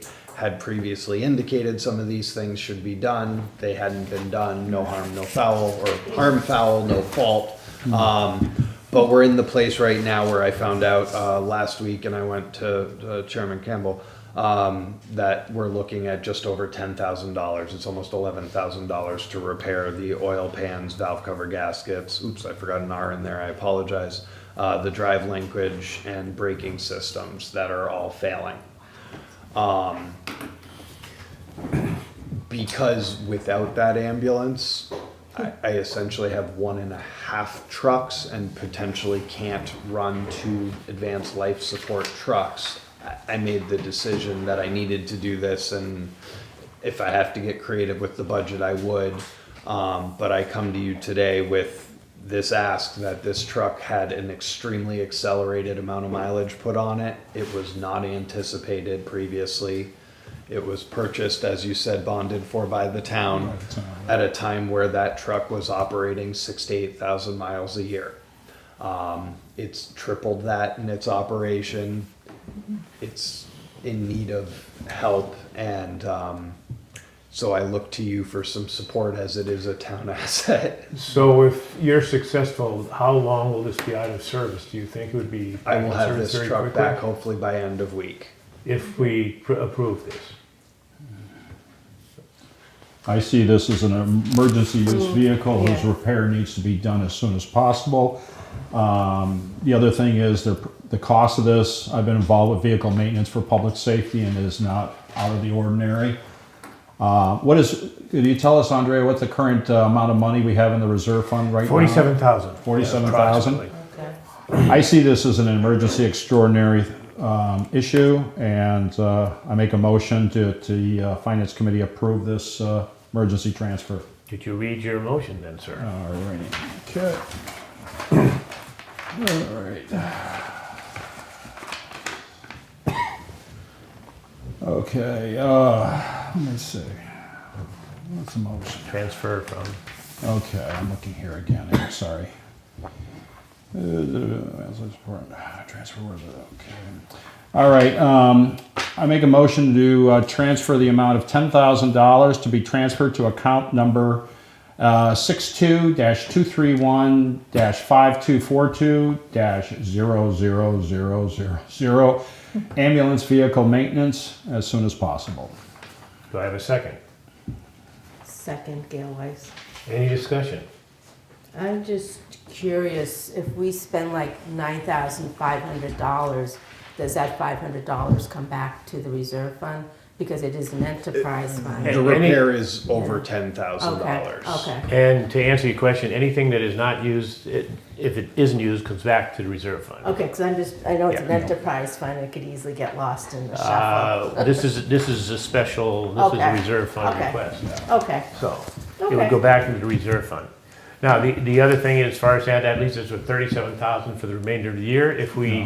If we run through this and we needed to have more money put in the reserve fund to offset some costs between May and July, we could have an article put on the annual town meeting. So if over just looking at past years, we have not used up our funds that quickly. No. The only two things we have done would be this one and the town hall stove. So just so you know, those are two unforeseen things that have happened to the town. winter's not over. It is true, it is true. And if everybody has done their budgets correctly, usually at the end of the year is when we have to use some of our reserve fund. And hopefully that will not happen, so. So that being said, all those in favor signify by saying yes or no. Gail Weiss, yes? Bernie Parada, yes. Robin Vandermeer, oh, sorry. Robin Vandermeer, yes? Lindsay McCarthy, yes. Dan Campbell, yes. So moved. Thank you all. Thank you very much. We're all set tonight, and just be prepared on, town meeting. Yeah. Send me your questions and I'll try and find answers. Well, it's not our questions, but you guys. It's gonna be the residents' Yeah. questions. Send me your questions, I'll try and find the answers for you. If you want to solicit, then you can go out there and ask them, and they will give you I will. questions if you want. Moving on to the police department. I see we have the chief of police in the audience. If he would come forward, please. Andrea, I need one of these to sign, or I can sign this one. Good to see you. And I'll give it to you. I use it to sign it? Nice. Give it, Dave? Yep. Thank you. And as I say to every budget that comes in, every department that comes in, we are a recommending group. We take your budget, we look it over, we make recommendations, we deliberate. We then would take our deliberations and our recommendations to the select board. The select board gets together with us, we look over all the proposals, and they decide whether to take it and put it on the town meeting warrant. At that particular time, it's up to the taxpayers of the town of Northfield to make a decision whether to fund or not. We do not make decisions, the taxpayers of the town of Northfield make decisions. That being said, you're on, sir. Please identify yourself. I am John Hall, Chief of Police in Northfield. How's everyone? We are great. Good. I wasn't here for fire, but compared to EMS, we're gonna keep this really easy. I'm just sticking with what I went with last year, no changes. You'll see on the sheet, if you have this one in front of you, the only difference is Quinn bill. Our officers went through a contract negotiation, and so we've given up Quinn. And that will now go back into the salaries and wages to be used in other ways. So the police officer looked at me with the Quinn. I am in shock. I don't know how you got that done, but I'm the negotiator, That's- so if you have I didn't questions. even That realize there was I- still a Quinn bill out there. I thought that they would vent their spleen over that. If I probably. shared my true opinion, I think people would question me, the residents. But police, I think education is very important. In fact, most of us nowadays have at least our bachelor's. But there is some level of trying to do a budget and then having people get their graduating quickly so that you can go to your associates and masters, and it's really tough to weigh out your budget. And so we were in a position where we could just pay our officers what they're worth without having to do what a lot of people do, which is kind of give them a lower pay and then bump up with the Quinn. To me, that sounds nice that our town gives you incentive for having a higher education. Well, our town still gives you that incentive, but it's because we picked you because we're the employer of choice, and you got the job because we liked your resume and you did have that degree. So that's the way we looked at it. It also makes it easier for the budget. Like I said, there's no guessing to say, oh, I did my budget and I didn't know you were gonna have your master's degree online in like a year or two, and then you went from 5% to 20%. That makes it pretty tough to anticipate the future when you're doing those numbers. So I just want to give a shout out. I mean, I think that the police negotiated in really good faith for the benefit of all the members of the department in doing this. So there was a reclassification we went through with the select board as part of the negotiation. So what Chief Hall is saying is that we moved up the classification to start with a higher caliber of officer. So when he's now a little more competitive, so he can look at officers who already have that training and education, as opposed to bringing people in on a lower level and then having to encourage them. Years ago, obviously the Quinn bill was something that the state subsidized. After it went away, people put the Quinn bill, they call it the Quinn bill, it's really an educational incentive program. Yeah. Quinn bill doesn't exist anymore. Into many contracts. I was not pleased with the way that Northfield, and I don't know who did it, and I don't want to disparage anyone, incorporated into the contract. It had essentially no guardrails.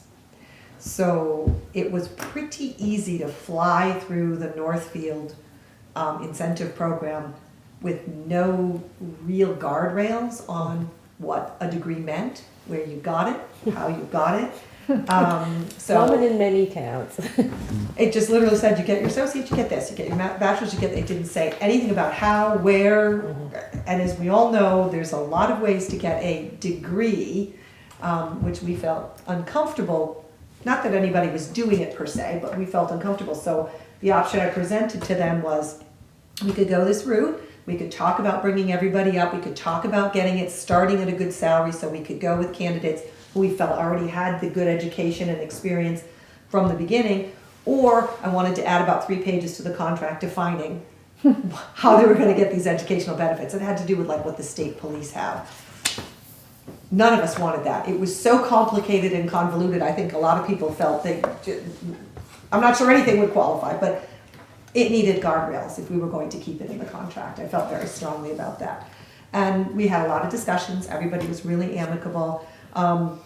And part of the reason you're not seeing a huge change here too is by building into the budget the 4 officers, including moving that SRO to a permanent position, we didn't need quite as many part-time officers. Obviously we left some in the wages in there because there are going to be times when he's going to have part-time officers. well, when I started, we had 14 officers, but probably. How many full-time and how many reserves were at that time? Yes. Back then, well, that was the thing, is I had 14 listed. So when I started, there was probably 5 of those that didn't actually work. So I made a new mandate, which is basically if you're gonna work for Northfield, you gotta at least work once a week.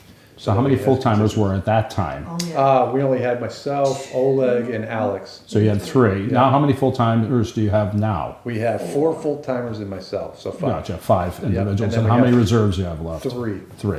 Yeah. I know a lot of that too is with the requirements, you know, all the Right. posts and everything else, so. Yeah. So- This allows to keep the budget, not only flexible, but it compensates everybody fairly, it makes that, that change, goes to the 5 full-time officers, which then allowed us to reduce to some extent the part-time. Obviously, you leave some part-timers in, there's flexibility, there's gonna always be shifts, something could happen. Yeah.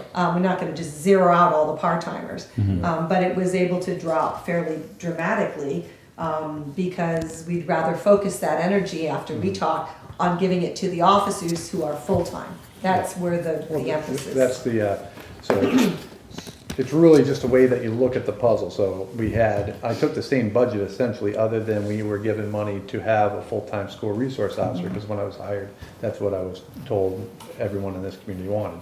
That didn't happen, but that being said, I already received the money for the thing that was supposed to happen, then it didn't happen. So I didn't give the money back, but the money benefited us because the town, what I've seen is the town really wants to have a police chief and officers that are at different parts of the town, not just on Main Street.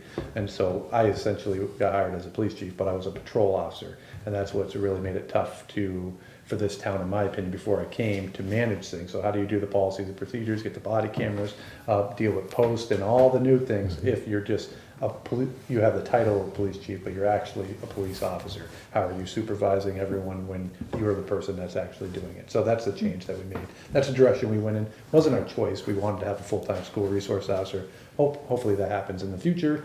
I'm obviously a little biased, and it's my own opinion, but I hope one of these days that the school decides to have that. I know Chad Sumner would really love it.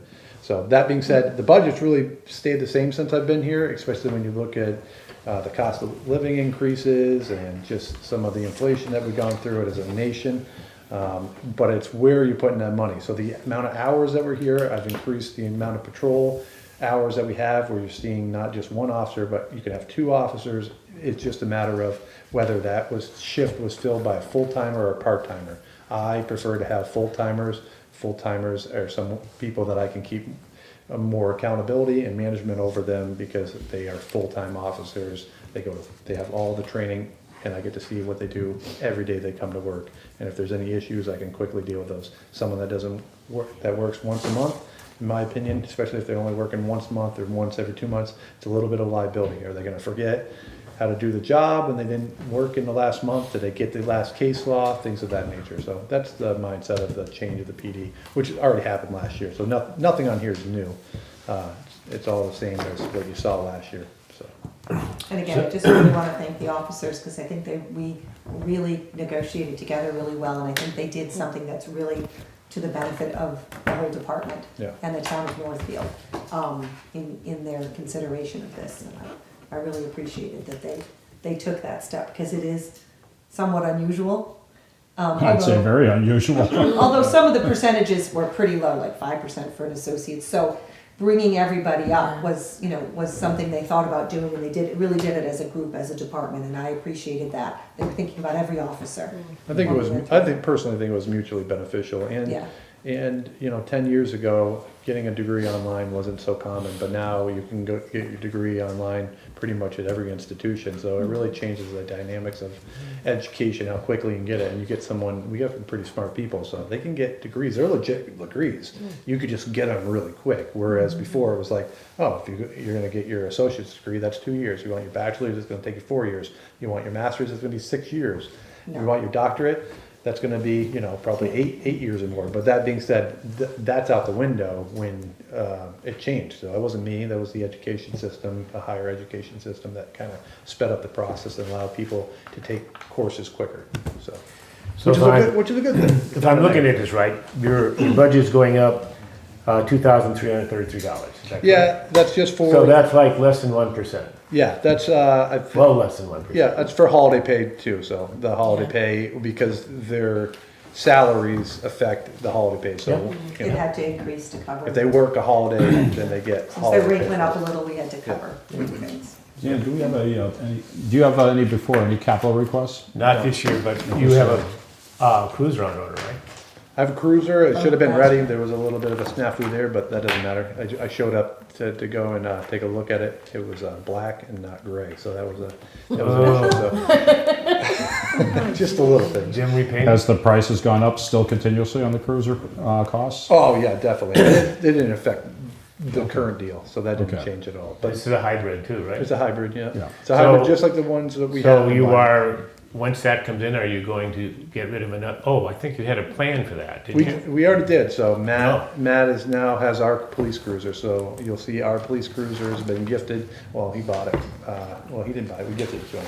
Thinking of a It's Motorola. going to EMS for now, so, Yeah. and it has actually turned out to be a very good thing because they moved some equipment into it because we're down an ambulance, and he's been able to actually. He's been driving around his truck He's been everywhere. actually, right. Oh, so he's- So did you have to repaint it or anything, do anything to it? No, just took the stickers off. So the Oh, those plan, stickers, yeah, the okay. plans were that the issue is these vehicles are valuable, but you can't, they don't have a resale for them. So honestly, I was thinking, oh, if there's a local PD around there that could use it, because for a vehicle with higher miles that have been driven for a while, it still was a nice police cruiser. And Chief Shoemaker over in Warwick was interested in it. But I think the town and I think the financial committee and also the residents would really like us to give them our equipment back to another town. Northfield. Oh, yeah. Or- Oh, that's so that's fine, what- that works out I well. mean, Yeah. yeah. So that was the decision. Avoids a purchase of an expensive vehicle. Yeah. That was it, Yeah, yeah. we had Yeah. talked about it in the future. And it is a good cruiser. We Yeah. talked about it in the future with Matt, we just said there's no way to do it this time, there's no money in the budget, and so he has it for now, we'll see, it should last a Like it- number of years. Yeah. Just doing hand-me-downs, if that works out, and it, Yeah. doesn't cost the town anything, that'd be great. But if it's not, then we'll have to do something else, but That's a future. that's great, I appreciate that. So we'll have the same 5 cruisers, we'll have, yeah, it'll be the same, we're getting rid of that cruiser, we'll have the 5 police cruisers, which we appreciate. I know that a lot of times people hear the 5 cruisers, yes, we could go down to 4 cruisers, but again, I live in town, I don't really need a police cruiser, but it is helpful, like this week, when one of the cruisers is out, and then we have to rotate the cruisers. Unlike a lot of other people, we have on-call, and so officers are on-call in Northfield, unlike a lot of other places, I'm on-call all the time, so I can come out 2, 3 in the morning, whatever time. It's better for you that I don't drive to the station, warm up the car, chisel all the snow off it, because we don't have any bays, we don't have any places to keep it. And the same thing with the officers. We have an on-call officer, state police will head out there first, but if it's something serious, like a domestic or something bad, then the Northfield officer will be shortly behind them. That way you're also getting the services from your community police. So the extra, or the other one, the 5th, or whatever, is given to the on-call officer on duty that night or It doesn't that really weekend? work that way, like Oh. each officer pretty much has their police cruiser that they take home, so As an for on-call. the full timers. Because Yeah. someone's always on Yeah, call, so, someone's not yeah, on. so there's always somebody on call, they always have a cruiser with them if Yeah. they're on call, that. Yeah, okay. technically it's kind of new, Yeah. because we technically I'm on call, we have a sergeant now that's on call, and we have a detective that's on call. And that's all in the benefit of myself, to be honest with you, because I was always the person up until we made these promotions that you call dispatch and you have a major issue. First thing to do is call the chief. I wake up at 1 in the morning and I'm like, what's going on? And then I figure out what's going on and I come in. Now, if it goes to the sergeant, and so, or and then to the detective, or to myself. If it's really bad, then I get woken up less. Yeah, that's what it sounds like usually. Dispatch calls. Rude awakening. So, okay, sir, anybody have any other questions? No. Thank you. Thank you for coming, and I appreciate your budget being as low as it is. All right, you're welcome. Thank you. I really appreciate it. I appreciated it last year. I want to let the residents know that I think a lot of times we're asking for stuff, so we appreciate the way that we've been treated. All right, thank you. Thank you. Moving on, Town Hall General. Yeah, I didn't really get a chance to speak to you guys now. I may have, this may be slightly new, I know I'm passing out more paper. And I'm sorry for it, here's the building maintenance one, which I may not have sent because I was still working on it. It was a long weekend, I was at a conference Thursday, Friday, Saturday, and so I did have to have dinner with my husband on Saturday since it was my 34th wedding anniversary, but went right back to work Sunday morning, so, but I think he might have been a little upset if I didn't take a break. So the Town Hall General, I just wanted to kind of run you through some of the highlights because they're not so great necessarily. I'm just looking down sort of the difference column on the right that you can see. You can see a big jump in county retirement. Yep. That's an assessment. We did have a few people retire over the last few years and so, but Oh, yeah. also some of that will go into the indirect for EMS. So Right. as we move people in there, they actually pay Pay us for for that. it, yeah. I'm cutting the unemployment. I don't know why that was so high. I've slowly been cutting that. I'm not quite sure how that computation ever got to be 31,000. I think it was actually swapped with the workers' comp number at one point or something, or the Medicare number. The Medicare number was low and that one was high, and so I slowly fixed them. So workers' comp, we're at level funding. All right, health insurance. I see 12% increase you listed I'm here. estimating the 12%. Okay. That's in line pretty much with Yeah. what everybody's I don't know expecting. what it's gonna come in at. They're, I'm assuming, doing it very soon. Just for your information, I actually sit on the Maya board. I do not sit on the health insurance board because we do not take health insurance through Maya, local insurance, that's our insurance. I sit on the property casualty workers comp board. 4 times a year I have to go to a meeting. We look at rates and we vote all that. And I don't participate in the health insurance piece because we are not a health participant. We belong to the Hampshire Group Insurance Trust. But I sat through the presentation for the last 2 meetings, the last one being at past weekend, before they announced the rates on Saturday. We were kind of embargoed to talk about them, and so we had our meeting on Thursday. Their rates, based on your experience, because they have several dozen cities and towns, are from 9% to 19%. So their average is 14.68% or something. So I didn't go quite that high. I went to 12%. It's scary everywhere. The GIC, everyone keeps saying is gonna be 10, but everyone looks at that and says, boy, if they do their subsidizing it out of reserves, no one's looking at below a 10, and 10 is pretty minimum. Health insurance is a little bit out of control. Not only the cost of health insurance, there's a big cost to staffing. 1 in 5 nurses left the profession after COVID. So the cost of nursing is very high just to retain staff. The weight loss drugs, the prescription drug benefits, are very expensive. There's a lot of that going on, and they have driven the cost of prescription drugs up tremendously. And every health insurer is experiencing that by millions of dollars. So here we are. So I just wanted you to see that number. I don't have the solid numbers. I don't have the breakdown. I did a full estimated 12 across the board. Could be up or down based on retiree or such, but I thought I would put that in there so you could see it. Quick question, Andrea. Yep, Now, on the health insurance, what is the percentage that active employees pay we are in the town? 75% town, 25%. We do not pay anything for vision to compensate, or dental. Now, what do the retirees pay? Retirees are 50%. 50%, Gotcha, okay. but their plan is cheaper. And then obviously if they get over 65, they must go on Medicare. And we Mandatory only pay a Medicare, yeah. portion of the supplement, which is in the, I don't know what range that's in now, $400 or $500. So we'd only pay 50% of that. So we're not paying a full health insurance plan once they qualify for Medicare. Yeah. So that number falls down. That's why you see it's less than the full number. So, right, so that hasn't been, looked at, but again, I know 42 seems like a huge number, but some of the numbers I was seeing were very, very scary, so. You put anything into OPEB? OPEB is an article. We Okay. have a $100,000 article Okay. for you to discuss when we get to the articles again. When Okay. we start to put all this together and we balance Yeah. the budget, Yeah. it is, OPEB has traditionally been an article. Okay. How much of the percentage of we are on the OPEB? We're over 50%. For over 50, what's the goal, is eventually 100%? Or the long term? Right, so then Okay. you start going into your OPEB and paying out of your OPEB. It Yeah. becomes kind of a revolving fund, once you maximize, and then you have it, and you're paying your retirees stuff out of it. Yeah. Assume the other insurance is liability or? The other insurance Prop- on liability, the big jump we took, and you'll notice that we had allocated 90,000 and spent 104. So we're going to have to make that up. And the difference is we had the buildings reevaluated mid-year. They hadn't been done in many, many years. There was no way you could have built this building or the contents or the library or the contents or any of it for the amount of money that was on the books for the insured values of these buildings. So we took a big hit there. So I've upped it a little bit.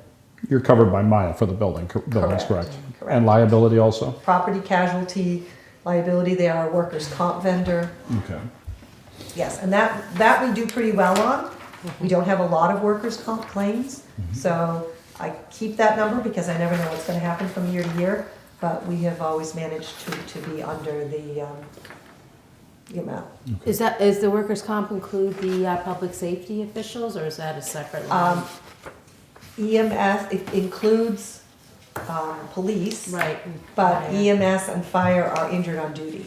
Okay, So that's actually a part of our other insurance. Oh, We okay. pay Chubb for that Okay. as a separate Yeah. insurance policy.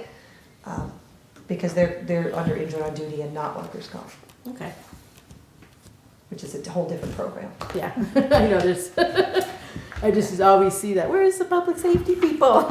Yeah, they fall under the other insurance. Yeah. But yes. That's fine, I just wanna make sure they're covered. So that's, just wanted you to get a sense of that. That's sort of all the other things we put together as the miscellaneous general. The last thing I wanted to bring to your attention was the town buildings line item. I'll skip the big one for the moment. Some increases in electricity and water and sewer are the two big operating ones that we're looking to change. We did receive an email from sewer that, that we're going way up. So we're going way up. Of course, the fire chief complained about that, obviously, that amount, and obviously we see 6,000. Is this applicable to the residents? Got a similar increase in their water and sewer bills Well, or service? One of the things that was discovered as they've been doing a lot of research is that each building, each residence is prescribed a number of units because they are on a unit system. For some reason, some number of years ago, 4, 5, 6, Karen, don't quote me, the town of Northfield's town hall's units were downgraded. And they're like, we don't know why that happened, and we're reversing it. So it isn't just a percentage change, we are actually going up in the number of units. So we will see a jump in our bill based on the Units, is system. that based on offices? Generally, units are based on Space, right? bathrooms, I Yeah. believe, and bedrooms. I don't know, I can't Bedrooms, usually speak to bedrooms. sewer Yeah. as to how they do their unit, but they have a chart that shows if you have this, if you have this, if you're a restaurant, they have units assigned for everything. And there are some special categories, something like a town hall, which doesn't fall under all of those. And the town hall, for some reason, a number of years ago, had been changed downward in the units. And so we're being changed back up in the units. So that's the sewer commission's purview, and just wanted to make sure that we took care of that in our budget. Okay. All right, so the other thing that you will see on here, that's back again, is a town hall building and maintenance position. I think when you were here, Misha from the library made a pretty convincing argument as to what's going on with her building. And we also are keeping track of what's going on with our building. We are now creating sheets with maintenance and deferred maintenance. And what's happening is that we are experiencing problems, and we are also not doing projects because we really don't have a person to be giving those projects. When I started, there was somebody in this position and did projects, like redid the floor in the assessor's office because it hadn't been done in 30 years. Worked in the senior center when they put the new hood system in, oversaw those contractors or did some of the manual work himself. that was part of the town hall building and maintenance person, that they were responsible for all the ongoing maintenance, which is still getting, like, fire extinguisher checks being done, elevator being done. We have to contact highway, we have to give them the time, they send somebody over. But there's a whole lot of other things that aren't being painted or fixed, or just little things, broken light switches, like, we're just sort of doing it ourselves now, if we can. And Misha can give you the list that she has over there at the library. I mean, for example, the tape on the stairs out there, that really should be fixed, the non-skid tape on the town hall stairs, it's all come up, time to get it fixed. Like, all these projects should be being done, they're safety, they're ongoing, and the position was shifted to highway. Tom took that as, I have the money in my budget for it, and I just send somebody when you call, as opposed to a person who has a dedicated stream or skill set. And so we've kind of ended up, we had mini splits that weren't working when the heating season changed. In fact, then we said, oh, well, that's okay, we'll switch to the furnace. There was no oil in the furnace. So we went through a couple days where we had mini split people in, got a delivery for oil. I mean, it's just stuff that, highway's just not here, they're based over there. And so we really feel that there's town buildings, we're now adding another one, that was going to be my question. They would be responsible for that building also. Yes. Now, I would like to see them get the vehicle back from there with a small plow. The small plow could plow town hall, could plow the library, could do the school. They don't have to take a highway guy off the road to do all these little parking lots. If part of the maintenance person with the smaller truck and plow just did the parking lots every morning. So there's a lot of ways in which this could benefit the town, including the highway department. So the 54,000 and change here, does that come out of the highway department? No, it would be a town hall, town So building account. would he Putting be it back. reducing, I was going to say, would he be reducing his budget? No, he's actually gonna ask you for a highway worker. So he's going to ask, we're going to look for two people? One No, for, one. He's one already for got there the and other one for ours, right? Is that what you're talking about? One Bernie, for we met with Bernie, the chair of the select board, and made our case, Misha and I and Tom, we had a big meeting, and Misha and I pushed very hard to consider this. Again, it's a resident's vote, it's a decision, we understand, to put this in the budget. Tom said, well, I actually need another highway position. So we said, okay, you make your case. Bernie said, we'll put them both in and make the case. The residents can then discuss, finance committee can make your recommendation. So I'm here to pitch this position, and Tom has another position in his budget that he will. Who would this person be under? Who would be their, Me. okay. I want it back in town hall. And then it would be, and I'm perfectly happy to assign it things like plowing the parking lots, helping to, I know that we have a custodian. The custodian's job has morphed into pieces of this job. It was never the custodian's job, for example, to come in at night and shovel and put down the salt. That was the job of the maintenance person. Well, we don't have a maintenance person, so she comes in. It's actually never the job of the custodian to mow the lawn. That was actually the maintenance job. So it pushed over because we lost those pieces. So that hurt stuff on her time because she's rushing around trying to do her custodial job at the same time she's spending once a week mowing the lawn for 5 hours. So have we covered? Sure. And does everybody pitch in? Sure. The problem is this is the town hall, and it has a lot of needs. If you've been in the women's bathroom, and I urge you, Bernie and Dan, to take a peek, the ceiling's I have falling seen down. it, oh yeah, where water is coming in, yeah. Yeah. So we have some real serious things that should be handled by a building and maintenance person who can oversee these projects, who can identify projects. There are floors that's supposed to be regularly done. We're supposed to actually buff and polish those floors. They have not been done in 5 years, 6 years. The senior center had new floors put in, those are the only, They were put in and because of then the probably hearing. 3 years, so it's been at least 7 or 8 years that we haven't had the downstairs floors done. I mean, so, this floor probably should be cleaned and done. You can see the scuffs on it. Like, nice floors were put in, but nothing's being maintained. So, if this goes through, there would be a definite day-to-day maintenance schedule that this person would be? Well, I'd love to sit with them first and we've created some sheets. There would be long-term scheduling, and then there would be, what do you do once a year? What do you do twice a year? What do you do quarterly?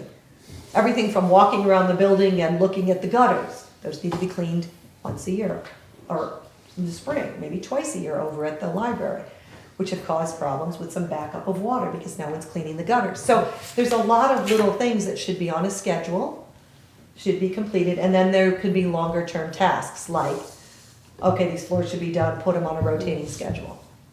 So every 4 years you're doing a floor or something like that. That would be the kind of thing I would love to see under a building and ground maintenance laborer. Now, you said that would also be available to the library. Yes, the library, and I think that also the EMS building. Okay.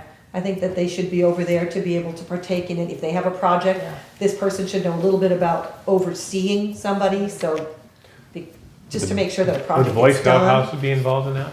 Because that's a town property, right? It is, but you'd have to talk about whatever those projects are. So, I mean, so there's a lot that this job could be responsible for, and that would be worked out. We have a job description.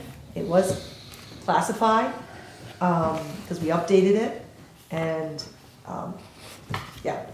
And we do have that they're under the general supervision of the town administration in coordination with the department heads. So if they're in the library, they're working with Misha to make sure that they're getting her work done. If they're over at, EMS, they're working with the chief to get projects done there. I mean, Dan, EMS is gonna Doesn't have this to. bring back the late Lois Stearns? Yeah. Remember? Real flashback for me. We've been, Yes. this has been going back and forth. For years. Who has ownership?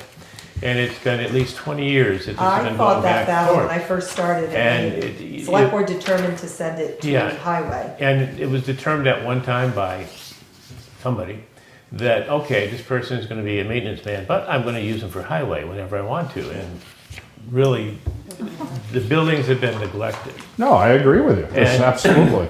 And it's gone on far too long. And if, in reality, the DPW needs a person to do the job, then that's what we should do. But we want to be able to utilize this maintenance person to 100%. I would not like to see him standing around, obviously, and I don't think that would happen with the number of buildings that we have to help out. Realistically, the school is also owned by us.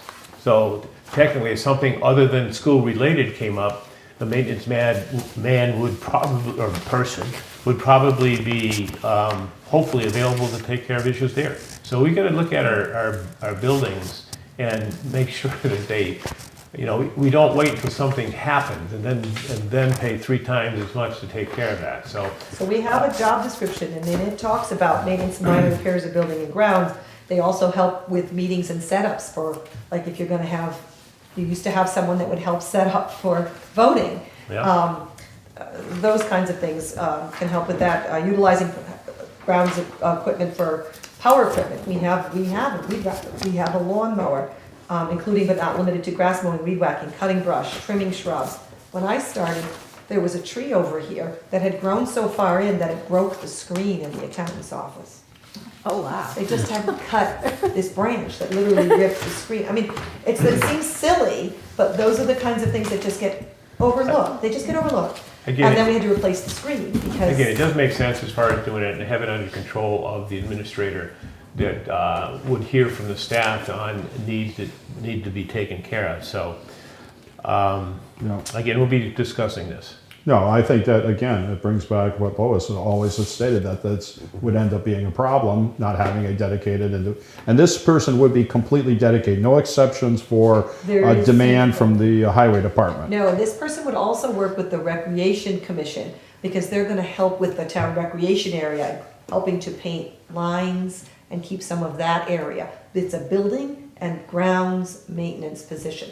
There is nothing in here to do highway work. The only thing that we could consider is if they had their truck and their equipment here, because we actually have a room for them behind the stage, which is a workshop, bring the tools back over, bring the truck here with a small plow that would allow them to do our parking lots.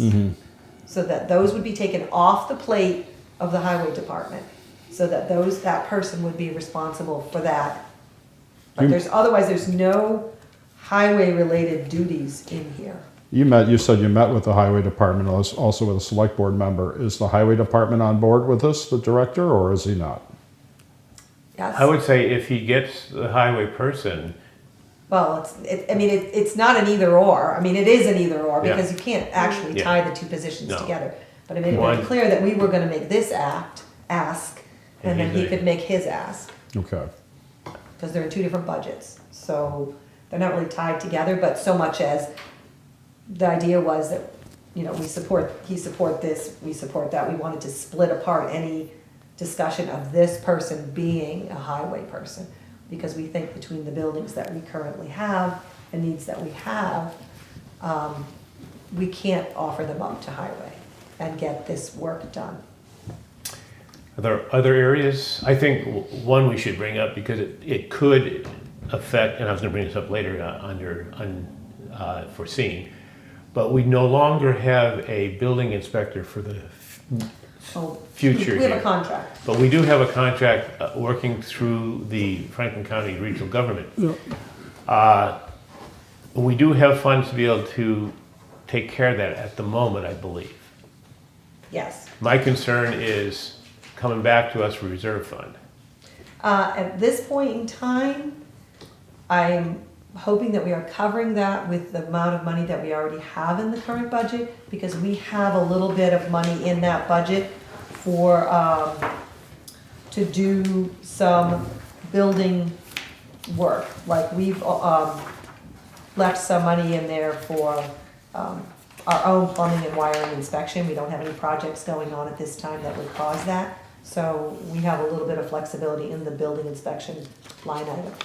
And there was an interesting discussion that we had on funding for the building inspector, how that works. It's considered a part-time job? It is a, we call it a Non-benefit. salary, but it is really a sort of stipended, non-benefited, Yeah, because it's less than 20 hours, correct? yes. Normally? Is this potentially looking at a permanent replacement up in the air?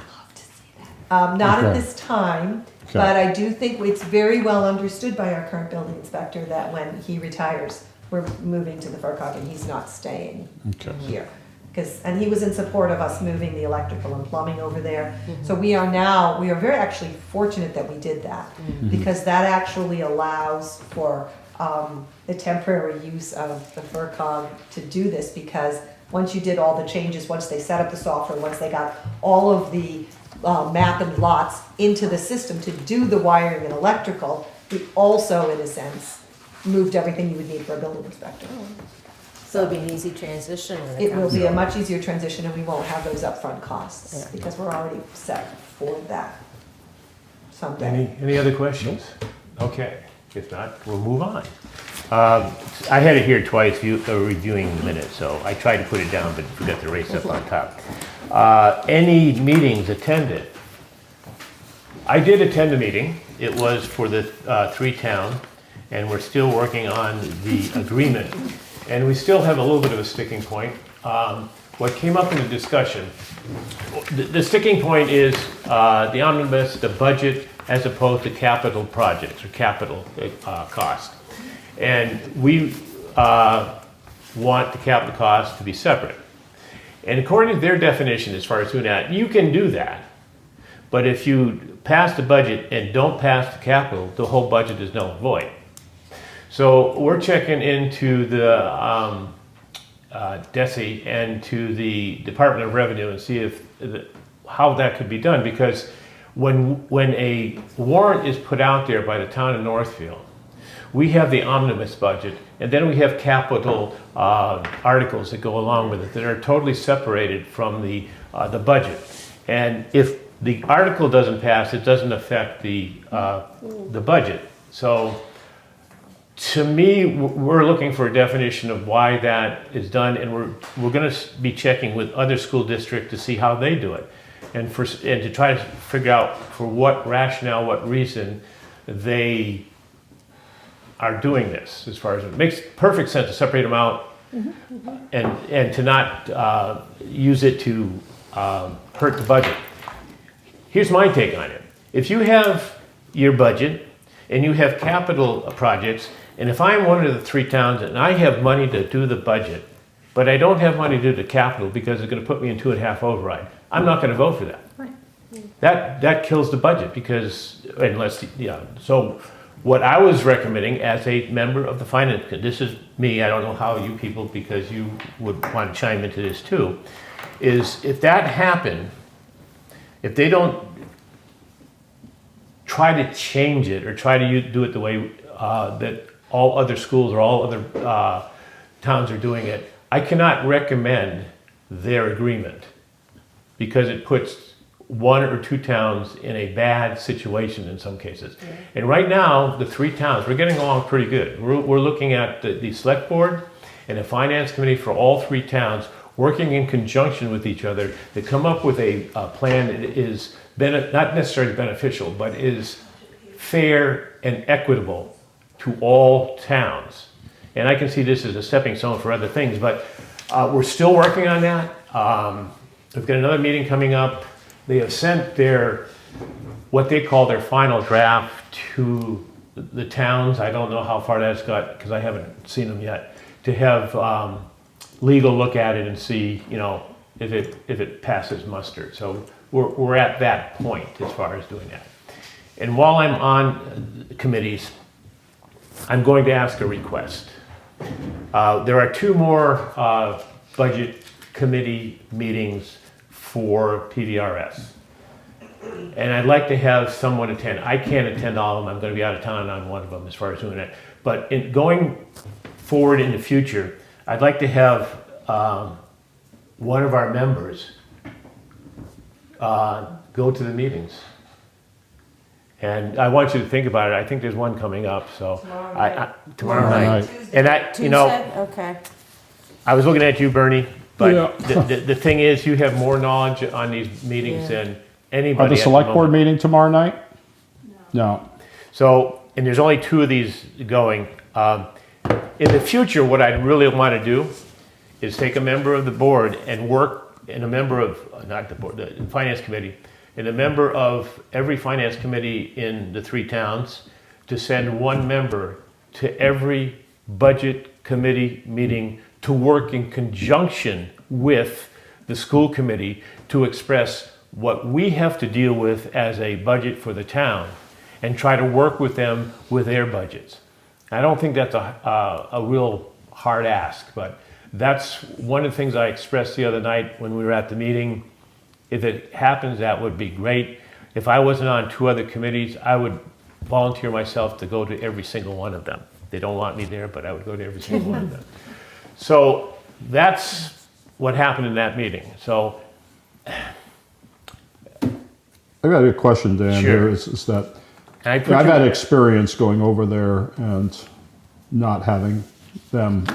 And there was a couple of meetings that I've gone with one of our select board members, B. Jock, over there, and have not found a receptive audience over there and to our concerns of the finance and that's committees. a problem. That is a problem. I It's agree with you been, 100%. I mean, we've been told once they did not want to hear our opinion or raise our voice whatsoever, and then another time we were criticized for asking questions. The other thing too is that well, you said about you've attended meetings, but also the correspondence received that they are not going to come before us. That's true. They said they don't see the need to come before us as far as doing it, present their budget because the budget is what it is. I guess they're saying that they're the people on the board there are their representatives and they will take care of it as far as doing that. To me, I mean, if they want to play that card, they're just going to make us more antagonistic to them. And it's to the point now that we have a good group of people that are more than willing that if we got together and we didn't feel that they were doing to our best interests, every person at a finance committee that's been there would come back and say, we don't recommend this budget. And the select board also was there. And they are, I think, in the same thought pattern as far as we are. So I'm hoping that in the future, it might be a little bit too late for this year, but I'm hoping in the future that we can work an agreement where they will accept our suggestions. It's not going to happen this year, but what they threw back at me the other day is nobody comes from Northfield to come over here. Well, we don't go because they aren't coming to us, but I don't want to use that either. So that's where it is. And when is it? Tomorrow night? Yeah, it says tomorrow night, 6 o'clock. It's version 2.0 that they're presenting, For which one? Wait a minute. 2.0 for what? their budget. Oh, their budget. If you want to go, I'll go with you tomorrow night. What time? 6 o'clock? 6 o'clock. I'll let you know. I'll call All you. right. I'll If check- not, I'll check be there. by to see if I got anything going. But the only thing is, Dan, And I know. It's It's a been- budget subcommittee meeting to discuss, according to the agenda, it's presentation of version 2.0. And their second version. Their public hearing, where they're gonna present it to the public, essentially done, is February 6th. no, the only thing I ask is that, the issue of them, you've been in the meeting with the issue of them saying this is DESI. We're no longer, our school district is no longer under DESI's. Yes, we are. We still are? Yes, we are. We're still paying, they I threw thought we that at- paid off the final debt and that they would cease. No, they the- still are overseen by DESI. They still have their, whatever they call them, we're paying them $15,000. It's like we are under Divisional Local Services, Yeah. they're under DESI.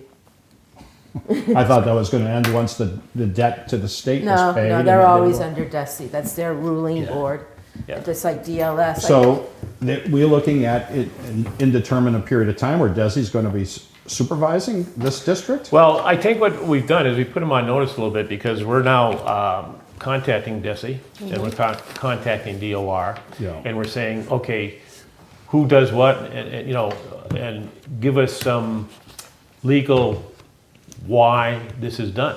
And if they can say, well, it's, you know, other places do, no, that's not gonna cut it. Past practices, we've done it this way for as long as I've been on the school, on the finance committee. We have always separated out capital projects from their budget. Yeah. Always, always. Oh. And for some reason, they want to throw it in there, and if it doesn't pass, it doesn't pass. So it's a kind of a threat.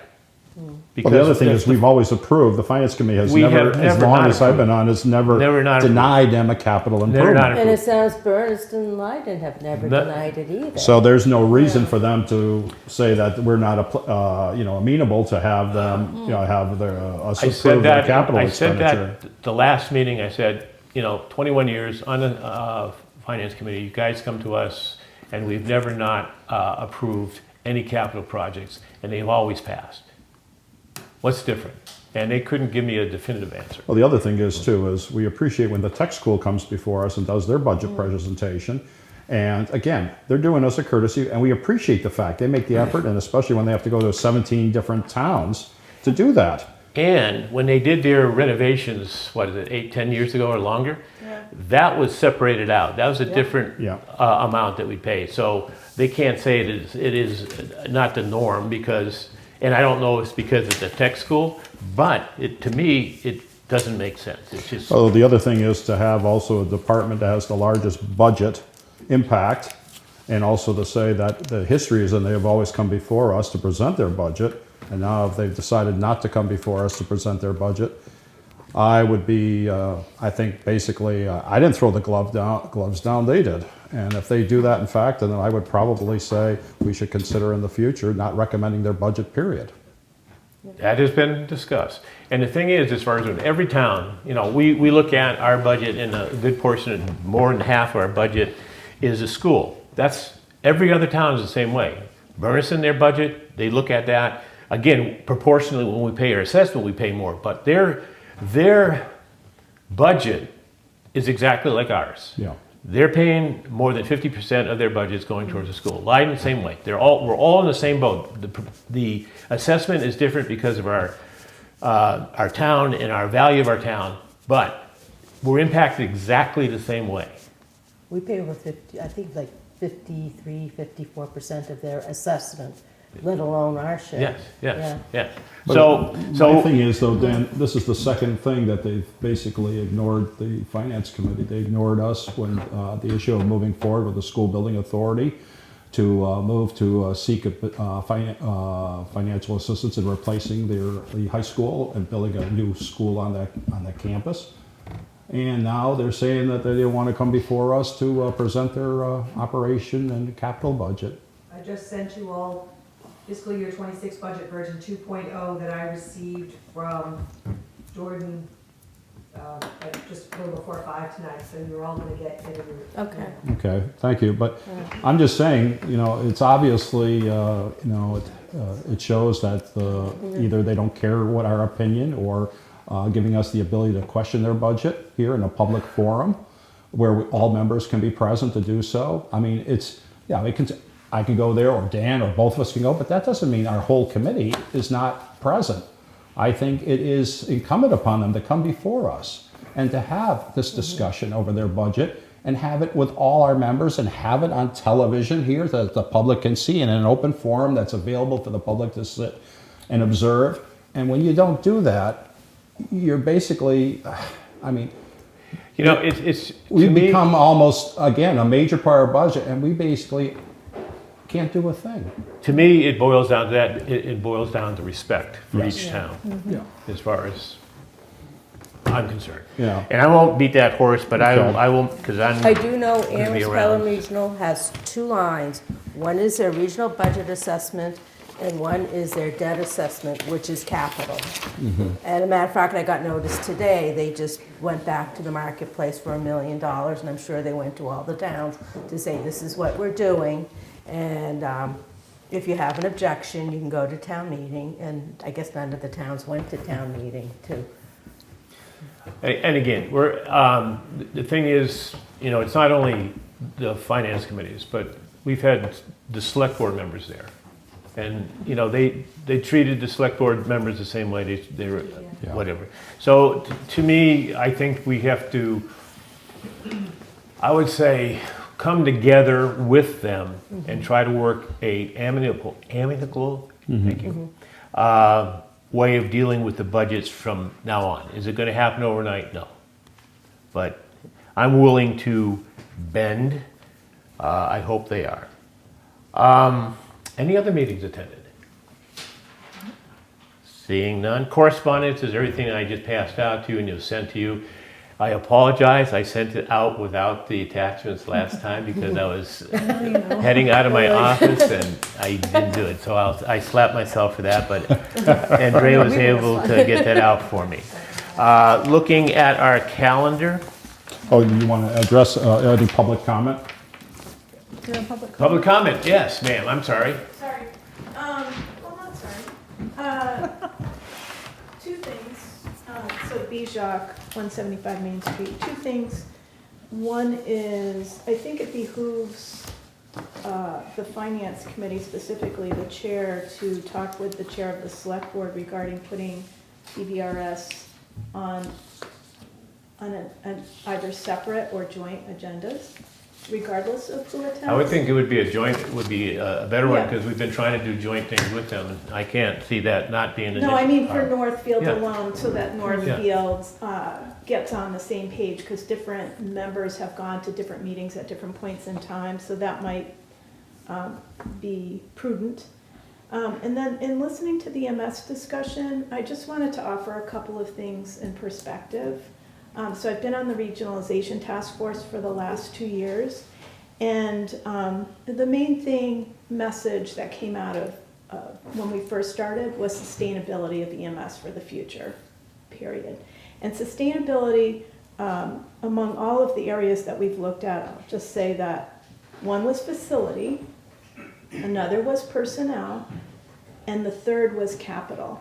Meaning what was identified with capital was that there was a, for lack of a better term, a just-in-time approach, which meant we were going for an ambulance when needed. And, that's typical for a lot of small towns.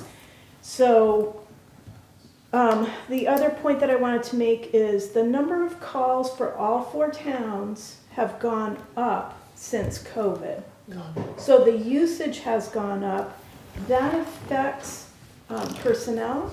The need for personnel makes the need for personnel, permanent personnel, go up. And it also affects the rate at which ambulances need to be replaced, right? So I just wanted to offer that context and to say when you're looking at the budget, the major change is in the personnel area, the increases, Oh, yeah. right? Because we've gone from, Volunteered to more permanent. correct. Yeah. The building is really a separate deal, and this is what I'm going to hope to bring forth to the public. The building is really a separate deal in that if we don't have the building for some reason, because you brought up you like to do the worst case scenario planning, we would just continue to operate as we have been. And what we identified before the special town meeting was that the operating costs were essentially the same, It would be. right? So there's no harm other than it's a very poor EMS facility having an old garage. But there's no harm if for some strange reason our new building didn't go through, right? It wouldn't Sure. change your budget. No. That's coming No. Oh, forward. we because- knew that, yeah. Okay, I just wanted to make sure that was So that was clear. explained pretty well. Yeah. prior to it. Yeah. I just wanted to make sure that was Yeah. clear because you guys covered a lot of facts and it's hard to absorb. And the bottom line is the budget is what the budget is at this point. It doesn't really have anything to do with the building because those operating costs essentially stay the same, but they're paid, instead of doing rent, for example, we're paying taxes, but the taxes are actually less than the True. rent. Okay. So I just True. wanted to make sure that was clear in case it Yeah. wasn't. It's very clear to us. Yeah, Where it doesn't I know. become clear is when you get people that say, well, you bought this building and it's gonna cost, what? yeah, I know. Okay, Well, so, it's a yes. complex It is. topic, and we could have made it even more complex by taking it out of the control of Northfield and creating a whole separate district, which we all said that's think way things are too working well. complicated. Yeah. Yeah. One quick question I Okay. just want to ask of Andrea, since B has brought that issue up. This is a rare event for the legislation, state legislation, for having a town purchase a facility in another community. I assume this is something that happens rarely, so we don't really know the time frame, how it's going to work through the state legislature. It doesn't. You'd be surprised how many towns buy land in other communities for various reasons. There's, water protection. Yeah, watershed. Amherst buys the land in Pelham all the time. Right. So Oh, I didn't know, especially Yeah. being a building too involved. Again, this is not a commonplace issue. But it so- isn't common. I agree with you, it's not common. Yeah. But nothing moves through quickly. Yeah. So we're operating on a time frame, and that's why we were doing a sort of compromise purchase and sale agreement, whereas once we get the approval, we will, because they were like, well, we don't want to move anything out until we have the approval. Well, if the approval takes 5 months, if we don't get the approval till, say, May, then they wanted like 5 months to move out. Now we're into next fall. We're like, yeah, that's just not gonna work really well. So we're working on, if they're waiting up front for us, we're holding them up and selling the building, then we'll trade off with them waiting on the other end. So we're working in a purchase and sale agreement with a combined use of the building. There would be a transitional period. So yes, we could close on the building because the legislature would say, yes, you can buy it.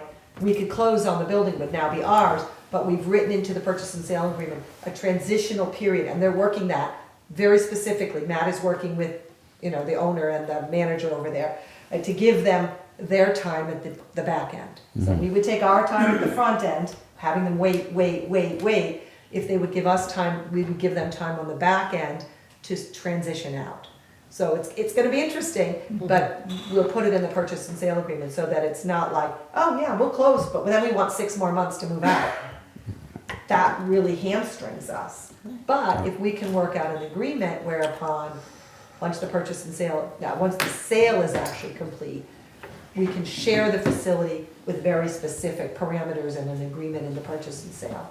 So it's an unusual situation, Yeah. but I think that everybody's pretty excited about the idea that would actually shorten the time for us to get into the building as quickly as possible, even though they are still moving out.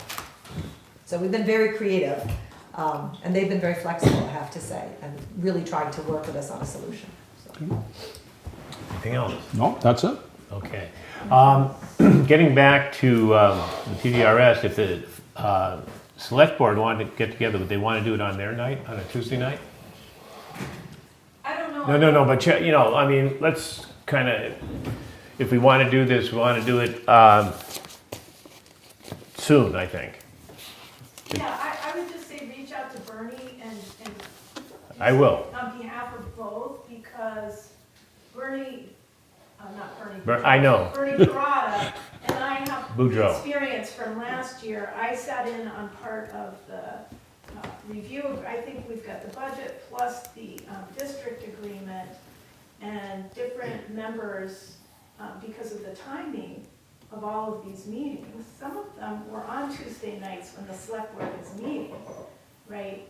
And also on Thursday nights. So I would just say get it onto your agenda, the finance committee and the select board separately at least, so that you have it as a topic, because right now it's under meetings that you attended, and, you know, let the school committee know if they don't come, you're going to be talking about it anyway. Correct. You're going to be reviewing all of this anyway.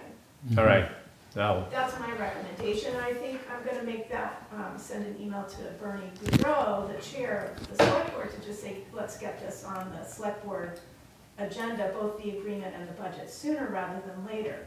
Because in the past, we had an agreement for the calendar for the year, and what we had agreed to when I was chair, which was only a couple of years ago, was that the school would come and give us an intro at the beginning of the budget year to both the finance committee and the select board, to give us a heads up on what programmatic changes were going to be happening, and then to come again in, I don't know, February or somewhere in there, to go through what they had figured out in their budget committee meetings, right? So this is not a new concept. no, we'll try to come up with something that would be advantageous to both of us. Yeah.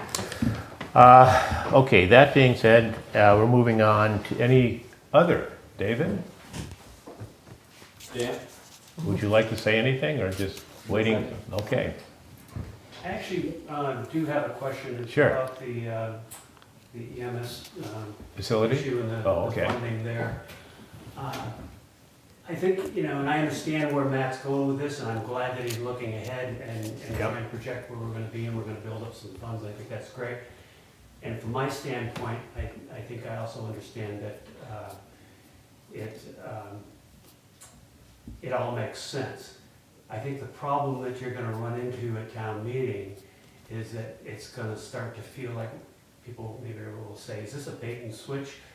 I'm not sure if we really projected that we were gonna have that much money needed to carry on, you know, so people had a sense of what this was gonna cost, and it felt like it was going to be the same as what we were paying before. And now it starts to feel like we're all of a sudden gonna be asking for more, and part of that is that we're adding positions.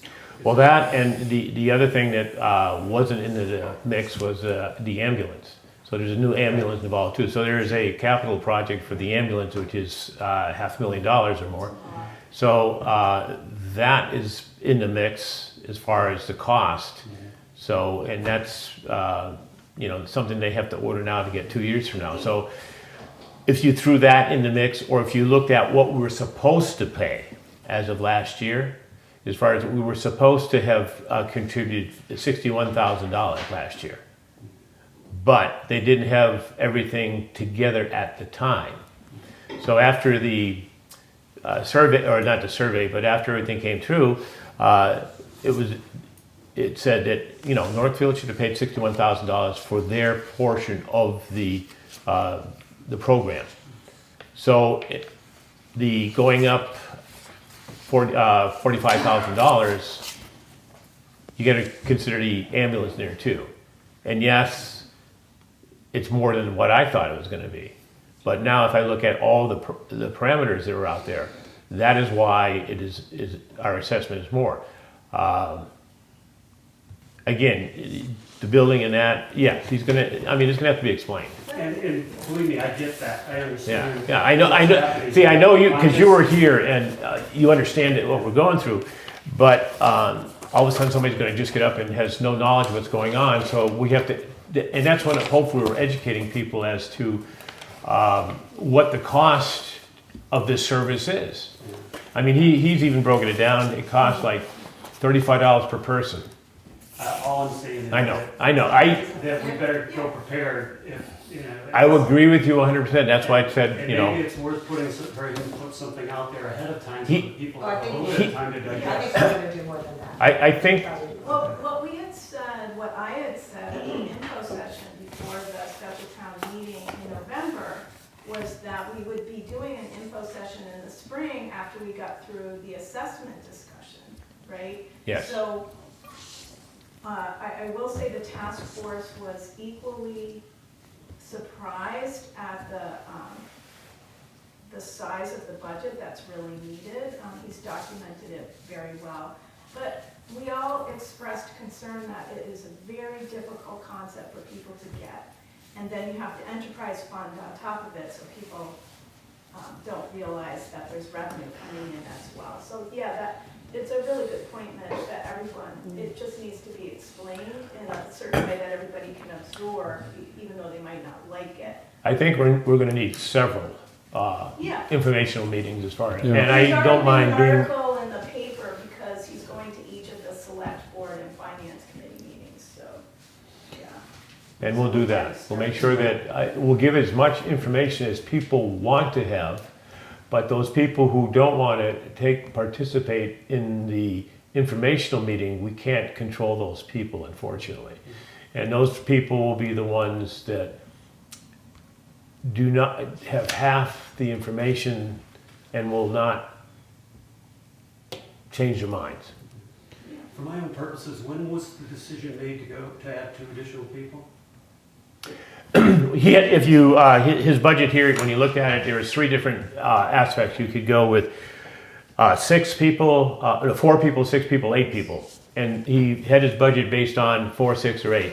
He took the lesser one for this next upcoming budget as far as doing that. Well, Yeah. Do you mean the EMTs? Paramedics or? For paramedics, yes. Well, they're adding a paramedic and an EMT Yeah. this time, right? No, we added 2 paramedics, but those positions, we already had a full-time. Because I did discuss, the chief was the other full-time, and there was 1 more. That was actually in the model last year, to go to the 3 paramedics. That was actually in the model budget last year, and it showed 3 different paramedics. In the addition of the 2 full-time EMTs, he brought to the board talking about this year's budget absorbing the bulk of that because getting rid of part-time hours. That's what the problem is you can't fill the part-time hours. So there's an offset balance with putting in a full-time EMT and eliminating on-call hours on the schedule. So, I get that. In my mind, it's, when was that decision made? The So that- full-time EMTs? Yes, so that people It can was say, just- people sitting in that meeting might say, well, wait a minute, did they just stick those 2 in all of a sudden? I mean, that's the kind of thing that needs to be put out there so that, Sure. okay, that And that's decision what was he's made going to have to last year defend, yeah. When everyone else was involved and you heard about this, it was Yep. coming down. But if you hit them with this higher number and then all of a sudden you're realizing, well, part of this is the addition of, they're not gonna understand that.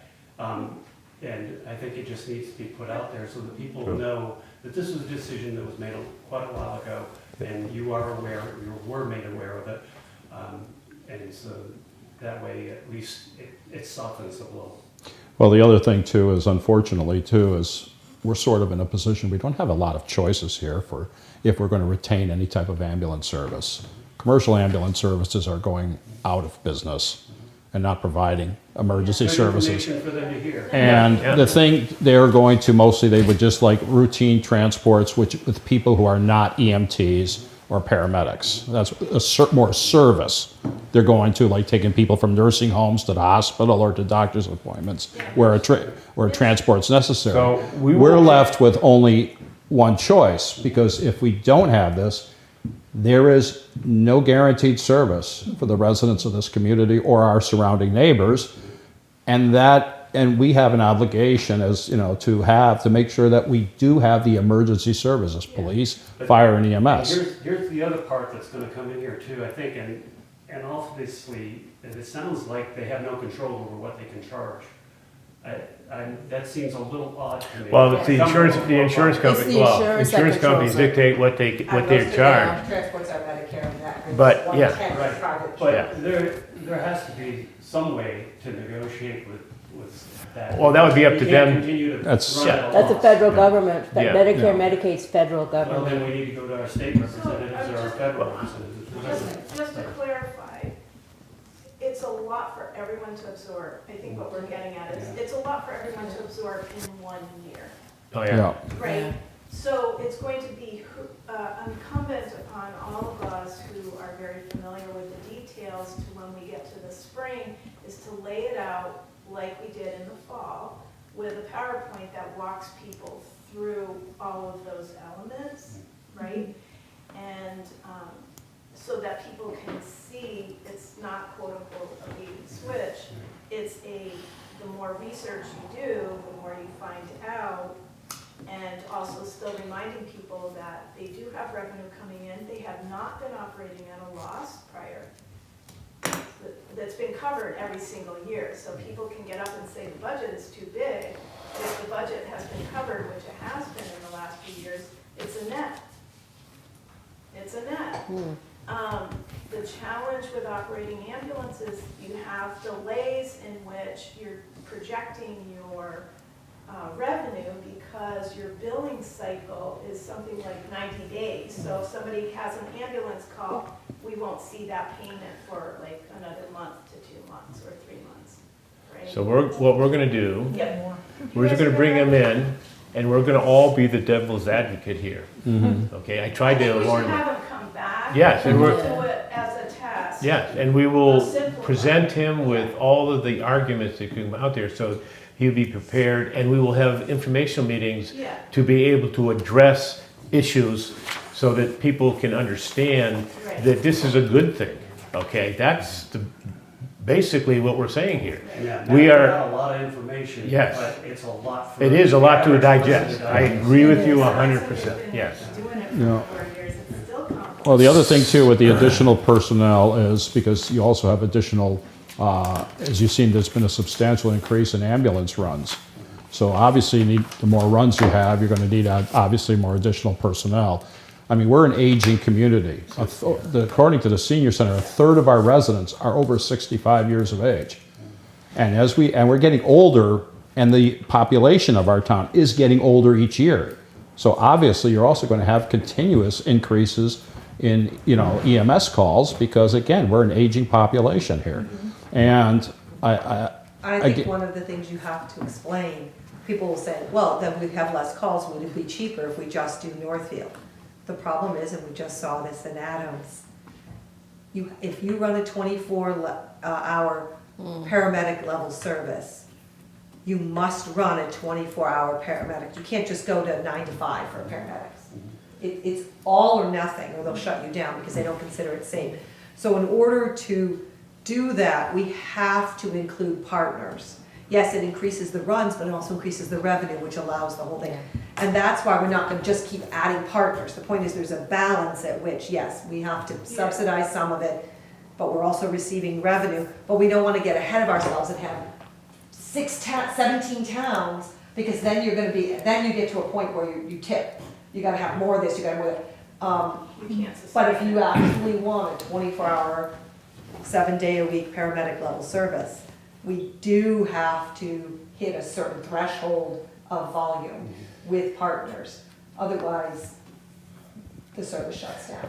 You can't just run it for Northfield. And if Northfield tries to run a 24-hour, 7-day-a-week paramedic level service for Northfield, the budget's $1.3 million, we just saw it. And I Yeah. think the hard part for a lot of people to understand is Understand when, okay, we're gonna be doing more business, we're gonna put more people out there, we should be making more money is the way, We are. Yeah, well, but then you've gotta add a $400,000, $500,000 ambulance because we're running the wheels off of them.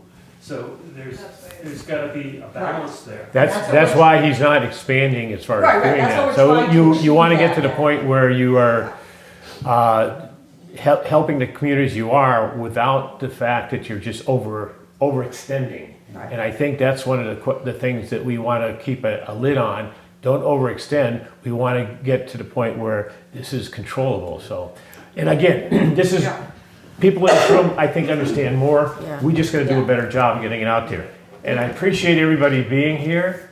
Thank you, guys. Good job. The next meeting is going to be February 3rd? the 3rd, and we have coming in Highway, as far as I know, Board of Health, Transfer Station, and Sewer.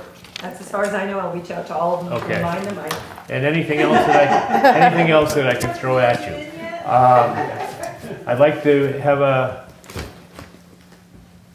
would you do the honor, sir? Well, I, Bernie Parada, make a motion that we adjourn the Finance Committee. Do I have a second? Second, Gail Weiss. All those in favor? Dan Campbell says yes. Gail Weiss, yes. Bernie Parada, yes. Robin Vandermeer, yes. Lindsay McCarthy, yes. Unanimous. 8:45, we have adjourned.